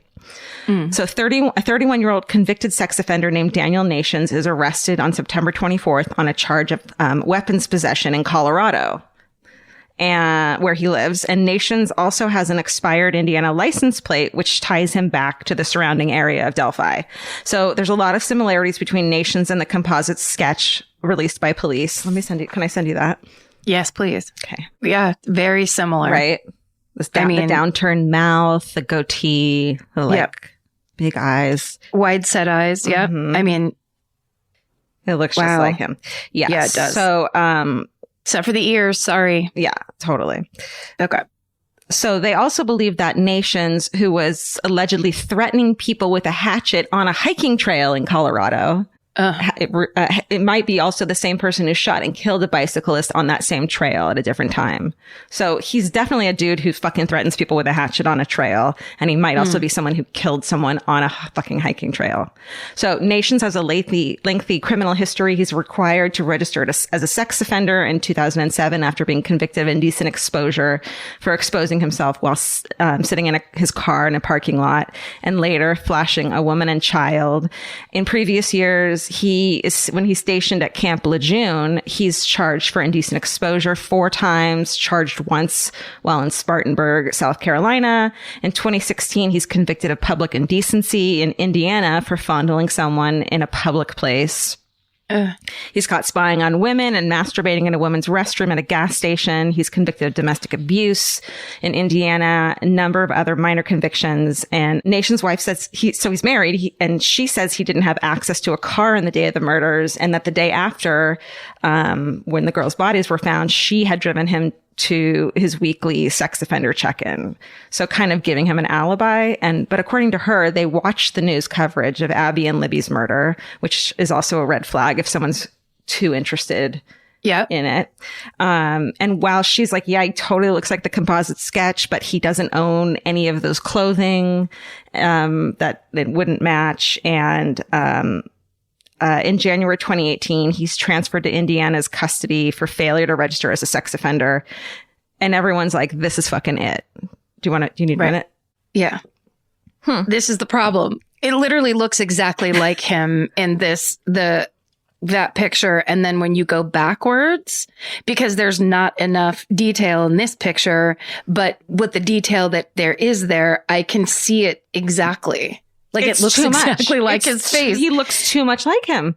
Yeah. Don't scroll too much because there's more. No, I won't. I won't. So everyone's like, he got transferred to Indiana fucking custody. This is fucking it. They finally caught the killer. But in early February 2018, authorities say that Nations is no longer considered an active person of interest in the Delphi murders. So you think that might mean it might be in some kind of a DNA comparison, and they don't tell us. And it's almost like, give us a little more information, which I think is one of the frustrations about this case. And I don't want to talk shit on the investigators. I'm sure they have a rhyme and reason and hopefully are really good at their job, but it's almost like it's not enough information. But he's not taken off the suspect list, and he's not ruled out officially. Oh, he's not ruled out. Okay. He's just not a person of interest right now. And so for the town of Delphi, who thought that justice was about to be served, it's a huge blow, and they don't get a good reason as to why he's not anymore. In January 2019, here's another suspect. 46-year-old Charles Andrew Eldridge is arrested during an undercover sting operation in Union City, Indiana. He thought he was going to meet a 13-year-old girl for sex, but is greeted by an undercover cop instead. And following his arrest, he's charged with 2 counts of child molestation, 1 count of attempted child molestation, and 1 count of child solicitation.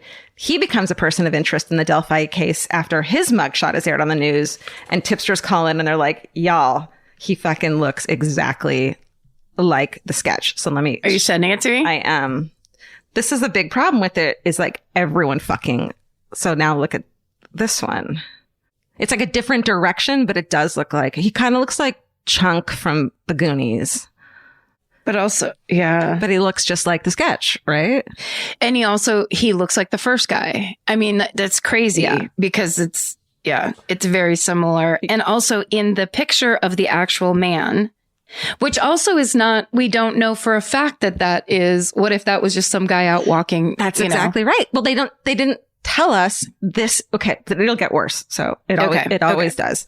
It's just amazing because when you have very little, like when the piece of evidence where it's like, it could be this guy, but it's vague enough, then you're just trying to retrofit all people. You have to go on. Yeah. Yeah. And someone on Reddit is always like, every man in the Midwest can look like this fucking sketch.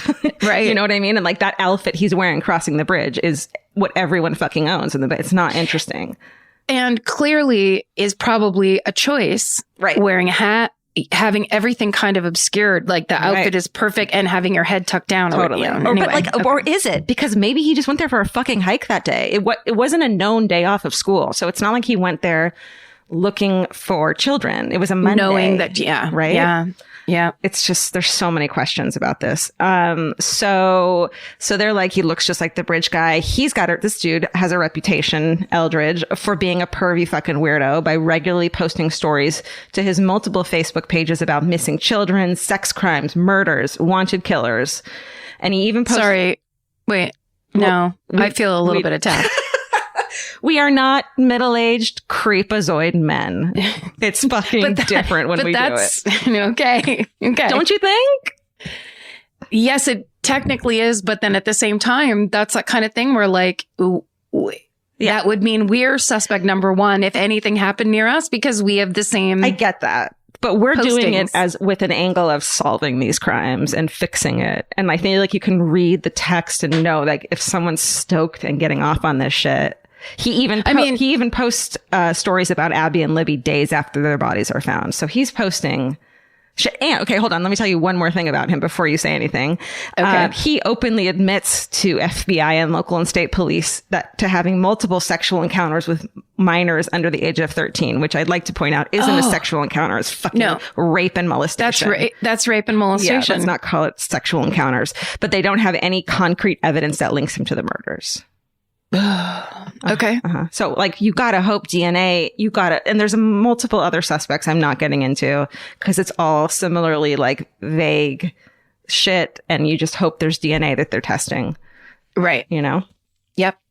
About 2 years after the murders, investigators have interviewed over 1,000 people, including possible witnesses from that day, suspects, anyone who may have information about suspicious activity on the day that the girls went missing, but nothing has led to an arrest or a definitive suspect. And it's crazy. There's cases that have less evidence than this that get solved quicker. Right. You know, I think everyone was like, this will be solved immediately. I remember when it happened and it was like, thank God that girl took video. But it's not working. So on April 22nd, 2019, so the year, this more than a year ago, it's fucking July. No, it's August. It's August. What is happening? So, well, April 22nd, 2019, Indiana State Police hold another press conference. And this time they announce they're moving in a new direction in this case. Like, this shit's not working. Let's try something else. First, they release a brief video clip of the bridge guy walking along the bridge. So that photo that they have of him, it's just still of the video, which is really grainy and hard to see. And clearly it was from far away. They release it as a 1-second video, which I'm going to send you. Oh, okay. Hold on. Oh, you just heard it. Sorry. That's okay. Okay. So they released the 1-second video of him walking on the bridge. The same video they got the still from. His gait is weird, and they acknowledge that because he's walking along the wooden slats. So they put it out there to like get people, someone who knows this man and knows the way he walks.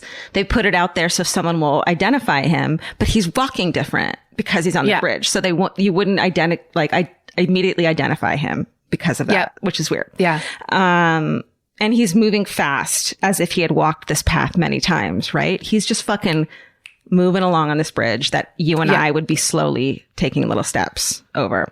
And then, so this guy, James Renner, a friend of the family, he's the investigative journalist and an author. He's a, Billy Jensen type. I'm sure they are best friends. He wrote the book True Crime Addict. He said, he and I were messaging on Instagram because I know he, has been involved in this case. And he said, quote, to me, he said, I went out to the bridge when I visited the family and I couldn't even step out onto it. He said, you don't get a sense of the scale from the photos. It's so high and so old. If you look at him in the photos and video, he is striding across it. And that tells me he's crossed that bridge a lot, probably since he was a kid. He's not scared of falling. He's a local. That's what James told me. Yes. And he's walking with his hands in his pockets, which aside from the body language is also difficult. It makes balancing twice as hard. Yeah. So he's going across it. The first thing I think is he's trying to present an image of a casual, not dangerous person. And the girls know, and I guess supposedly there's audio because they did let the family listen to the audio, more of the audio, that it's a dead end at the end of the bridge. Like it's trespassing if you keep hiking. So the girls were stuck at the other end of the bridge, probably didn't want to cross and pass him. All right. So that's what James said. And then so police also released another piece of the audio. So you just heard the down the hill part that they released earlier. And everyone's like, oh my God, this is exciting. We're going to hear his voice more. So someone's going to identify it. But all they release is him before he says down the hill, he says, guys. And then it's guys down the hill. Guys down the hill. So he addresses them. Yeah. And so they don't tell us what, but something about that command is meaningful to them. And a lot of people speculate that maybe referring to two young girls as guys is like a military thing or a teacher, something a teacher would say. Like and I asked Vince, like, hey, he's from the Midwest, from Michigan. Like, who addresses women as guys there? It's not really, it doesn't seem like a normal thing to me. And he, kind of speculated. but who the fuck knows? But it means something. Right. It means something. We're supposed to find something in it. Huh. You know what I mean? Like, would your dad call you guys? I feel like your dad would. Guys, yeah, that's true. It's kind of like, well, this is wild, as per usual, wild speculation. That's and purely, it's purely called podcasting. purely uneducated, and obviously this is the first time I've heard of this case. And so I'm dying to know your opinion because of it. It feels to me like in the way he's trying to present himself as non-threatening, basically talking to them like a gym teacher, like you're saying, or like guys down the hill. He's not saying ladies. He's not addressing girls, their gender or what he thinks that means. It's, it's almost like business as usual, or like you knew this was coming almost. I mean, who knows? It's so weird. Like, and so maybe they asked him a question before that. You're right. They had some kind of interaction. So he's saying, yeah, it's me again, you guys. Like, well, let me tell you my theory in a minute. You know what? But can I just say this reminds me, this is such a cufflinks conversation. This is totally the cufflinks from I'll Be Gone in the Dark, because everything has meaning when it's an unsolved case and a question mark. Everything needs to be poured over, and then who knows? It's just opinion. It's all opinion. Yeah, but like, someone could be right. And the more I guess that's what really, maybe one of the reasons I thought of doing this case finally, even though I really didn't want to do it because it's so awful until it was solved. But when, there is a part in I'll Be Gone in the Dark on the HBO series where they show the witness sketch of the, like Visalia ransacker, like one of the sketches of him, and blend it into that time period of Joseph D'Angelo. And it never hit me until then how much it fucking looks like him. I always thought how bad the sketches were. And then they did that. And I was like, how did nobody see this and go, that's the guy, that's my brother-in-law's best friend that I saw at a barbecue. That's the guy I used to work with. How did no one do that? And it's like, because it was towns over, and so no one would ever see it. But also, he made that transition, which is another very psychopathic thing of basically morphing for use. So when he was the Visalia ransacker, he looked different than when he was later a cop in Auburn, or a mechanic in Citrus Heights or whatever. Like he looked different throughout the years, like entirely different. But at the same time, I think that if enough people had seen that sketch, as they can now because of the internet and maybe because of this podcast, someone a few towns over in Visalia will say, okay, that kind of looks like them. I'm just going to clear my mind and call it in. I'm going to call this except for, let's go back to the Ann Rule Ted Bundy story where they knew after the bug, Lake Sammamish, they knew gold bug guy named Ted. And she was like, nah. So I feel like it's when we have these ideas, pictures in our head of who people are, that stuff is too out of bounds and insane. We just can't imagine someone would do something. Yeah, that's a great point. That's a great point. Anyway, they also released a second sketch. So there's a new sketch of the suspect, and it looks like a completely fucking different person than the first sketch. Wow. Because that's out in the first video I watched. That comes a second, and it's entirely different. It's a completely different. Right. So it's a much younger face. It's a completely different person. It looks like it could be this guy's son, But also, who is the second sketch from? So it confuses everyone. Indiana State Police Sergeant Kim Riley said the new sketch was not another take on the man in the video, but was another person entirely. And this person depicted in the first sketch was not presently a person of interest in this investigation. So the first sketch with the goatee that everyone who, got questioned looked like isn't someone to even fucking consider, turns out. But they don't tell us why this person is now the person to focus on. And they don't tell us why they released that first sketch and why he's not part of it anymore. Right. Which kind of, I think, drives people crazy, understandably. Yes, entirely. So they update the description of the suspect to be a man between 18 and 40 years old, but they say that he could appear younger than he actually is, have a younger face. They say, quote, "We don't want to say the old sketch is not involved. We just want to say that this new sketch is more indicative of what we're looking for at this time." So like everyone's like, are there two people involved? What are you talking about? And there's a bunch of controversy, of course, because a lot of people feel like time is wasted, had been wasted because they're searching for the wrong fucking face altogether. And it turns out that the new sketch was actually made days after the girls were found. So it's the original sketch, but it took this long to actually release it, which upsets people, obviously. Yeah. And the last thing investigators reveal is that they believe the man who murdered Libby and Abby currently or previously lives in Delphi, this tiny town of 3,000 people, or works in town or visits on a regular basis. So it's a fucking local. Because a lot of people are like, it's right by the Hoosier Heartland Highway. So he could have been a trucker. Everyone, of course, we go to trucker. But apparently this bridge is really hard to find. Like even people who are from town and people write about it on Reddit didn't know it existed or go to try to find it and can't. It's a local fucking place. Right. So maybe you grew up there and moved away when you were young. Who the fuck knows? And this, of course, terrifies the small town and the families of the girls as well, knowing that a murderer could live among them. They go to the grocery store and the fucking dude bagging their groceries could be the murderer. Yep.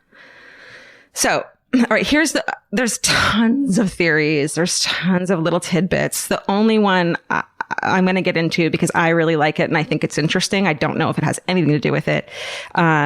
There's this thing called geocaching. Yeah. Do you know what that is? I sure do. How do you know about it? Because I didn't know about it before this. It is like one of the first interesting things or things that I found of interest when the internet came out. Like I never cared about chat rooms. I always thought chat rooms were the weirdest idea of all time. Message boards. I was like, well, what do you post a stick-it note on a website? I don't get it. And you don't know who you're talking to and you don't know if they're saying who they are, if it's real or whatever. But geocaching it's people go and bury interesting it's treasure. So it's like, it's a treasure hunt.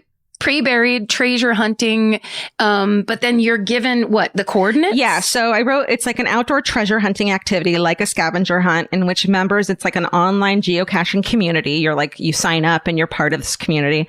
They navigate to a specific set of GPS coordinates. So if you're a member, you'll bury one and be like, here are the coordinates.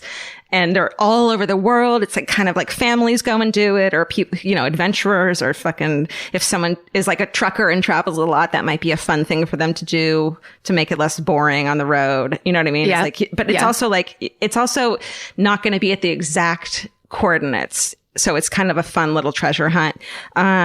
And players will sometimes leave a small token behind. So I think that they leave like a box and you can put a little, toy or whatever note into the box. And then usually there's a guest book and you sign the guest book and say when you found it. So people know when the last time it was found was, and you can take a token if you find it and leave one, whatever.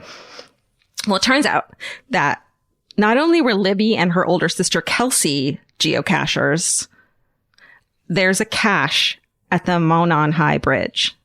Oh, which I just thought was so fucking interesting. But wait, Libby and Kelsey had found the cache a couple days prior to the murders, and Kelsey had logged the cache. That's according to the way, I might be wrong about that, but that's what I read.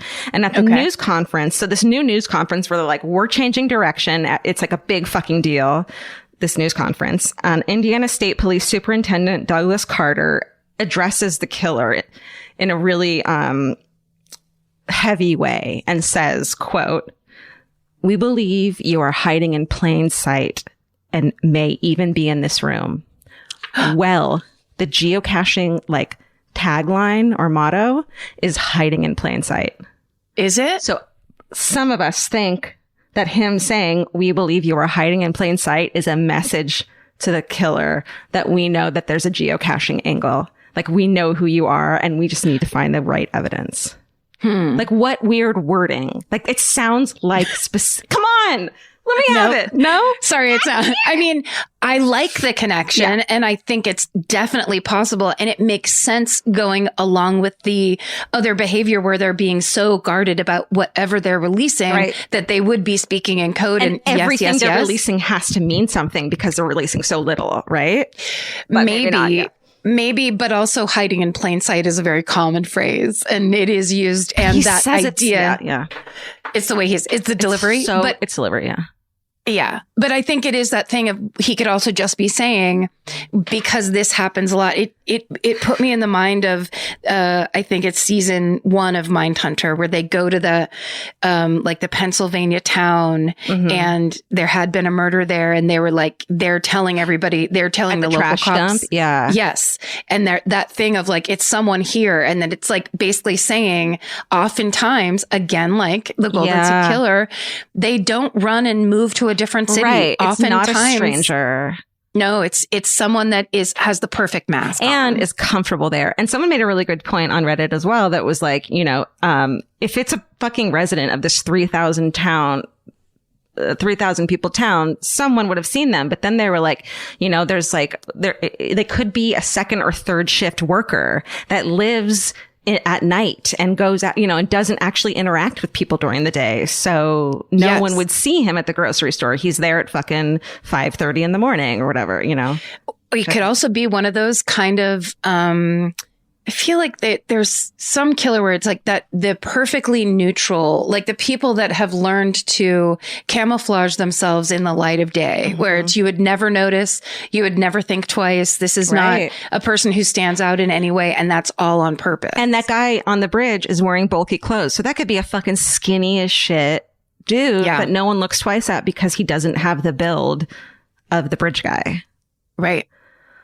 Well, I mean, and I wish there was more information. I feel like investigators keep expecting the tiniest piece of evidence to get this solved because it's so obvious and it's not happening. And they need to release a little more because adding guys to down the hill, that means something. There's a reason they did that, but but it didn't work. It didn't fucking work. Right. Well, and also usually, from what I've seen and read in the past, usually they keep one specific. It's not, they don't keep everything and then release things one at a time like that. So usually it's like there's a bit more shared, but they just withhold something that is the crucial weapon, and the type of cigarettes, because it does make sense too that it's like there's a bunch of people who are connecting these murders to other murders across the country, but we can't really do that because we don't know how they were killed. We don't know any of the signatures, so it's impossible to do that. And maybe it would be easier to solve if we knew that it was connected to a murder, a state over. Maybe we could pool. I'm saying we. Yeah. Just because I lurk on Reddit all the time. I'm like, yeah. Okay. So. But the citizen detectives, it's almost like there needs to be another. People need to start to understand the kind of work that people can do from their homes. Yeah. And I think they're starting to learn it, but it's like, put that information out there. Especially right now when we have all the time on our hands, nothing to do but help, Right. Or fuck it up, because we could also fuck it up really bad.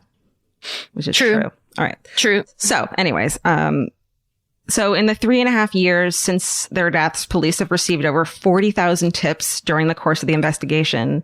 And as of now, no new leads have appeared. The Indiana State Police say they still receive new tips about the Delphi murders almost daily.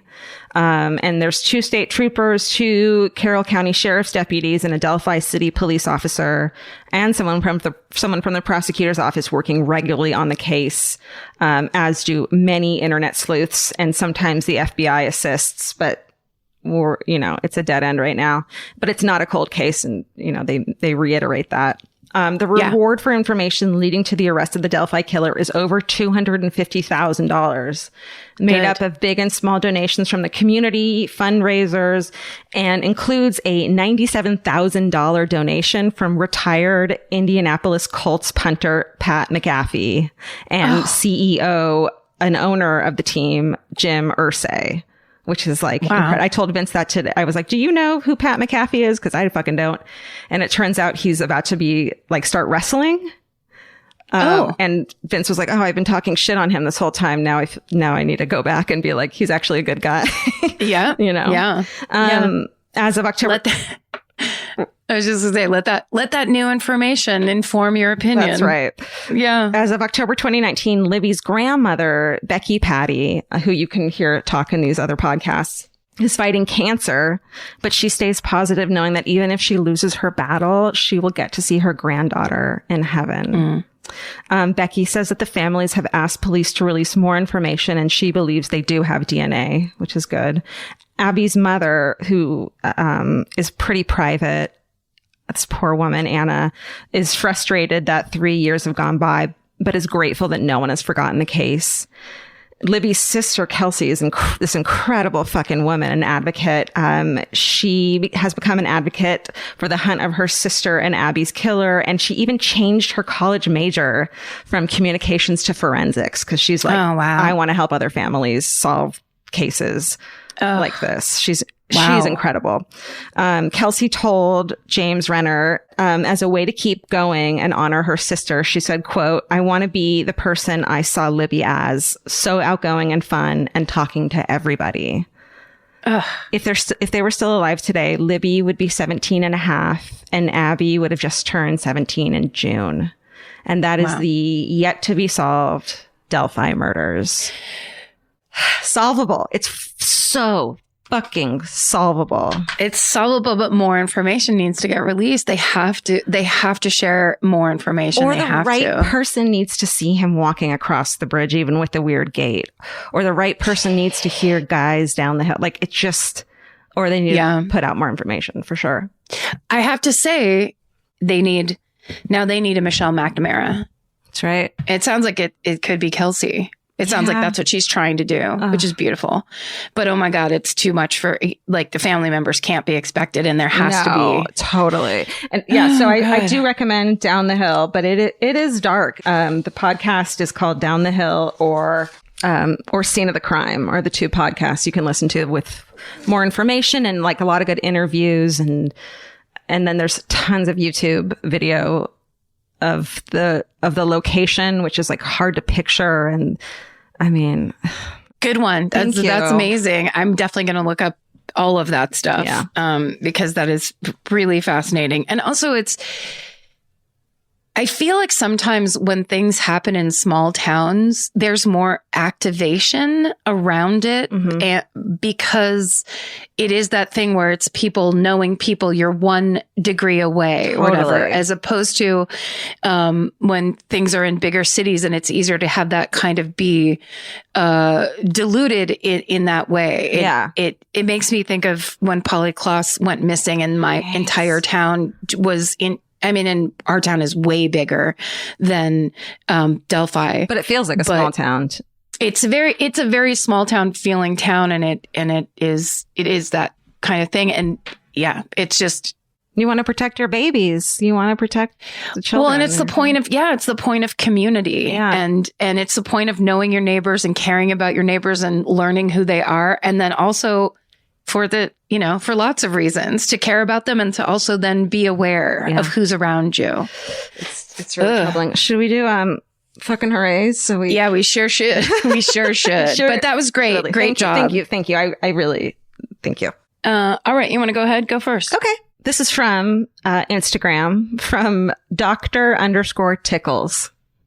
Ew. No, I think it's an animal account. It's not a real doctor. Don't worry. Okay. This one says, my fucking hooray. After losing my sweet, purebred Siamese baby unexpectedly during this time at home, I was looking for a rescue kitten and ended up adopting one and a puppy. It's the most quarantine-y thing I've done other than learn how to play the ukulele. But Luna and baby Georgia Hardstark have been the best fucking hoorays ever, and I've loved watching them grow together. Precious. No wonder you love that so much. Were you writing in your diary? I was just like, I was listening. I was listening, but then you're just like, Me and my Siamese cat. Me. And I was just like, you're not allowed to write in on fucking hoorays, Georgia. What if I named my cat Baby Georgia Hardstark? What if I did that? Katy Perry did that. Right, Katy Perry. Katy Perry. Katy Perry. Want to hear mine? Yep. Fucking hooray. My fucking hooray is after being sexually harassed at my job for 2 years by my boss who doubled as HR. Ugh. And then in parentheses, oh, the joys of small companies. I not only was finally able to get out of my contract, but was immediately hired at a new company. While starting a new job remotely during a pandemic is not ideal, I am oh so grateful that I did not have to choose between my mental health and making money. Oh God. Although the past 2 years have really taken a toll on me, I'm so lucky to have a good support system. My best advice for those who may be going through something similar is do not keep this to yourself. Find people to strengthen and comfort you. Write everything down. That's so true. Write everything down for processing purposes and in case somehow and in some way justice is able to be served. You're not defined by what is said or told to you, and you are loved. A. Hey. That's amazing. Beautiful. Congratulations. Hell yeah. Good job, A. You got through it. We're proud of you. You should be proud of yourself. That's amazing. Yeah. So good. This one's from 420 granny _ Etsy. Which I want to hang out with right now. She just makes Golden Girls coasters. We're all stoned. Maybe because her fucking array is my fucking array. I've started my Etsy store at age 68. Hell yeah. Anyone can start at any age. I just needed some help from my grandkids. Oh, so rad. Also from Instagram. How rad is that? Do they say what the Instagram store is? I'm going to look it up. Let's look it up. Hold on. I'm going to look it up. 420 grand. It turns out she's selling heroin on Etsy. I think this is her, but it's like a lot of cute. Oh my God. It's like adorable. Look at this minimalist stoner joint rolling embroidery. Look at that. Whoa. It's a tiny embroidery of two female hands rolling a joint. Oh, guys. And it's the 420 granny. Support her on Etsy or them, I should say. It's awesome. 420 That's granny. Great. Fuck yeah. That's very cool. Yes. Okay. This one says, hello, all. My fucking hooray isn't anything crazy, but it feels like a big deal to me. I'm a nurse in Ohio. Woo woo. Thank you. Thank you. And this February, I transitioned from working on a step down floor to the ICU where the patients are much sicker. I started seeing a lot more deaths than I ever had on my floor. And even those who live don't always have a great quality of life. It started to weigh me down emotionally. I also work the night shift, which doesn't help my mental health at all, to the point where I drunkenly emailed my manager one night asking her for some advice after having a particularly rough few weeks of patience. She was the sweetest and referred me to our employee assistance program for me to start getting some therapy for how to cope with all of this loss of life. It's something I'd wanted to do for a while, but was holding out on because I wanted to feel as tough as some of the other ICU nurses I work with, who seemed like they were coping just fine. It turns out being tough means being mentally strong enough to handle this shit. And there's nothing and that's nothing therapy can't help with. Thanks, ladies, for all the laughs. You're the best. And I can't wait to hopefully see you on tour one day when the world doesn't suck so much. Rachel. That's incredible. Amazing. Look, just because you got there in a lightly drunkenly way doesn't mean it wasn't a great decision. Totally. And sometimes that's how we have to do it, because asking for help, especially if you're raised by certain people who teach you that asking for help is bad, can be really difficult sometimes, especially, if you're surrounded by overachiever, badass ICU nurses, you don't want to be the weak link, but could be that they do that all the time. And all you can do is become a better nurse for them by going to therapy. All you can do is become better at being yourself. Yes. And that's going to help so many people in this incredible career you've chosen where all you're doing is helping people, which is exhausting. You deserve all the support. Yeah. Thank you. Oh my God. Thank you, Rachel. Good job. So many fucking incredible listeners. My last one's from Nini Martini XO. My fucking hooray. After having mom guilt for the past 2 weeks for not feeling like myself, a little depressed and lots of anxiety due to the pandemic, my 6-year-old and I were driving home from a dentist appointment and he said to me out of nowhere, quote, "You're a good mom." Oh, no. I said, Oh, you think so? And he said, yes, I love you. And I said, I love you too, honey bunny. And I turned up the music a little bit and drove the rest of the way home teary-eyed. Sometimes moms just need that little reassurance that we are still good moms regardless of our mental health. Hashtag SSDGM. 6 years old. I want to say, like, as an adult, my mom once told me, it was like 1990 and she was at a stoplight and suddenly she had just started taking Prozac and suddenly hit her that she wasn't depressed anymore and how depressed she had been. And I had to remind her that, I had been going through her depression too for, at that point, 10 years. Yeah. So you need to take care of your mental health for your children as well, because they do notice that shit. And whether or not it's, they just want to take care of you or they're getting in, whatever it is, it's not just your mental health at that point. It's your children's understanding of who their parent is. Yes, and absolutely. For them to be someone who's on Prozac and taking care of themselves is a way better example than someone who is suffering with depression. Yeah. Does that make sense? Yeah, absolutely. Okay, here's my last one. My fucking hooray is actually my 4-year-old daughter's fucking hooray on this same note, because she can't type for shit. After her quarantine-style birthday parade of family members driving by and dropping off presents on our driveway, she discovered that not one but 2 of the dresses she received had pockets. The look of pure joy on her face as she discovered this for the first time in her little life was too much to handle. What else could I say but welcome to our world? Oh, okay. I'll have one. No, it's too late for me. It's precious. You can have another Mr. Tickles. That's what you can That's have. a great idea. Still to this day, every time I get a dress and it has pockets, I get fucking stoked. It's so funny. It's, it's a joy. It's a true joy. Fucking pockets, man. Pockets just might be the solution to everything. I don't know. It could just be an indication. Masks are just face pockets. Nice. Hey. Oh, Jesus. Now that we're coming up on hour 3 of this podcast, God. I think it's time to wrap it down. Here we go. Send us your fucking hoorays on Instagram, on Twitter, email, on the fan call. And thank you all so much for suggesting so many stories to us. It's so helpful, especially these days when I feel like I'm doing much more escape viewing of entertainment than what I used to do, which was much different. Yeah. And it's really helping me kind of, and there's some great ones too. We have, there's so many ones I'm excited about. Oh shit. People are suggesting. I have 3% battery left. I just want to say how lucky we are to have the most incredible fucking listeners. This is our job. And I was going through things that I am grateful for when I was at the beach yesterday, because my therapist said it creates new neural pathways to even do that. Yep. And this, obviously, my life is one, and it's because of you, Karen and Stephen, and all our listeners. Thank you. You guys made it happen for us. Thank you for your support and your participation. And you know what? Stay sexy. And don't get murdered. Goodbye. Elvis, do you want a cookie? Elvis? You know that fantasy where you run into your ex while looking impossibly cute and wildly unbothered? Hill House makes the perfect dress for that moment. Or if you're just running errands.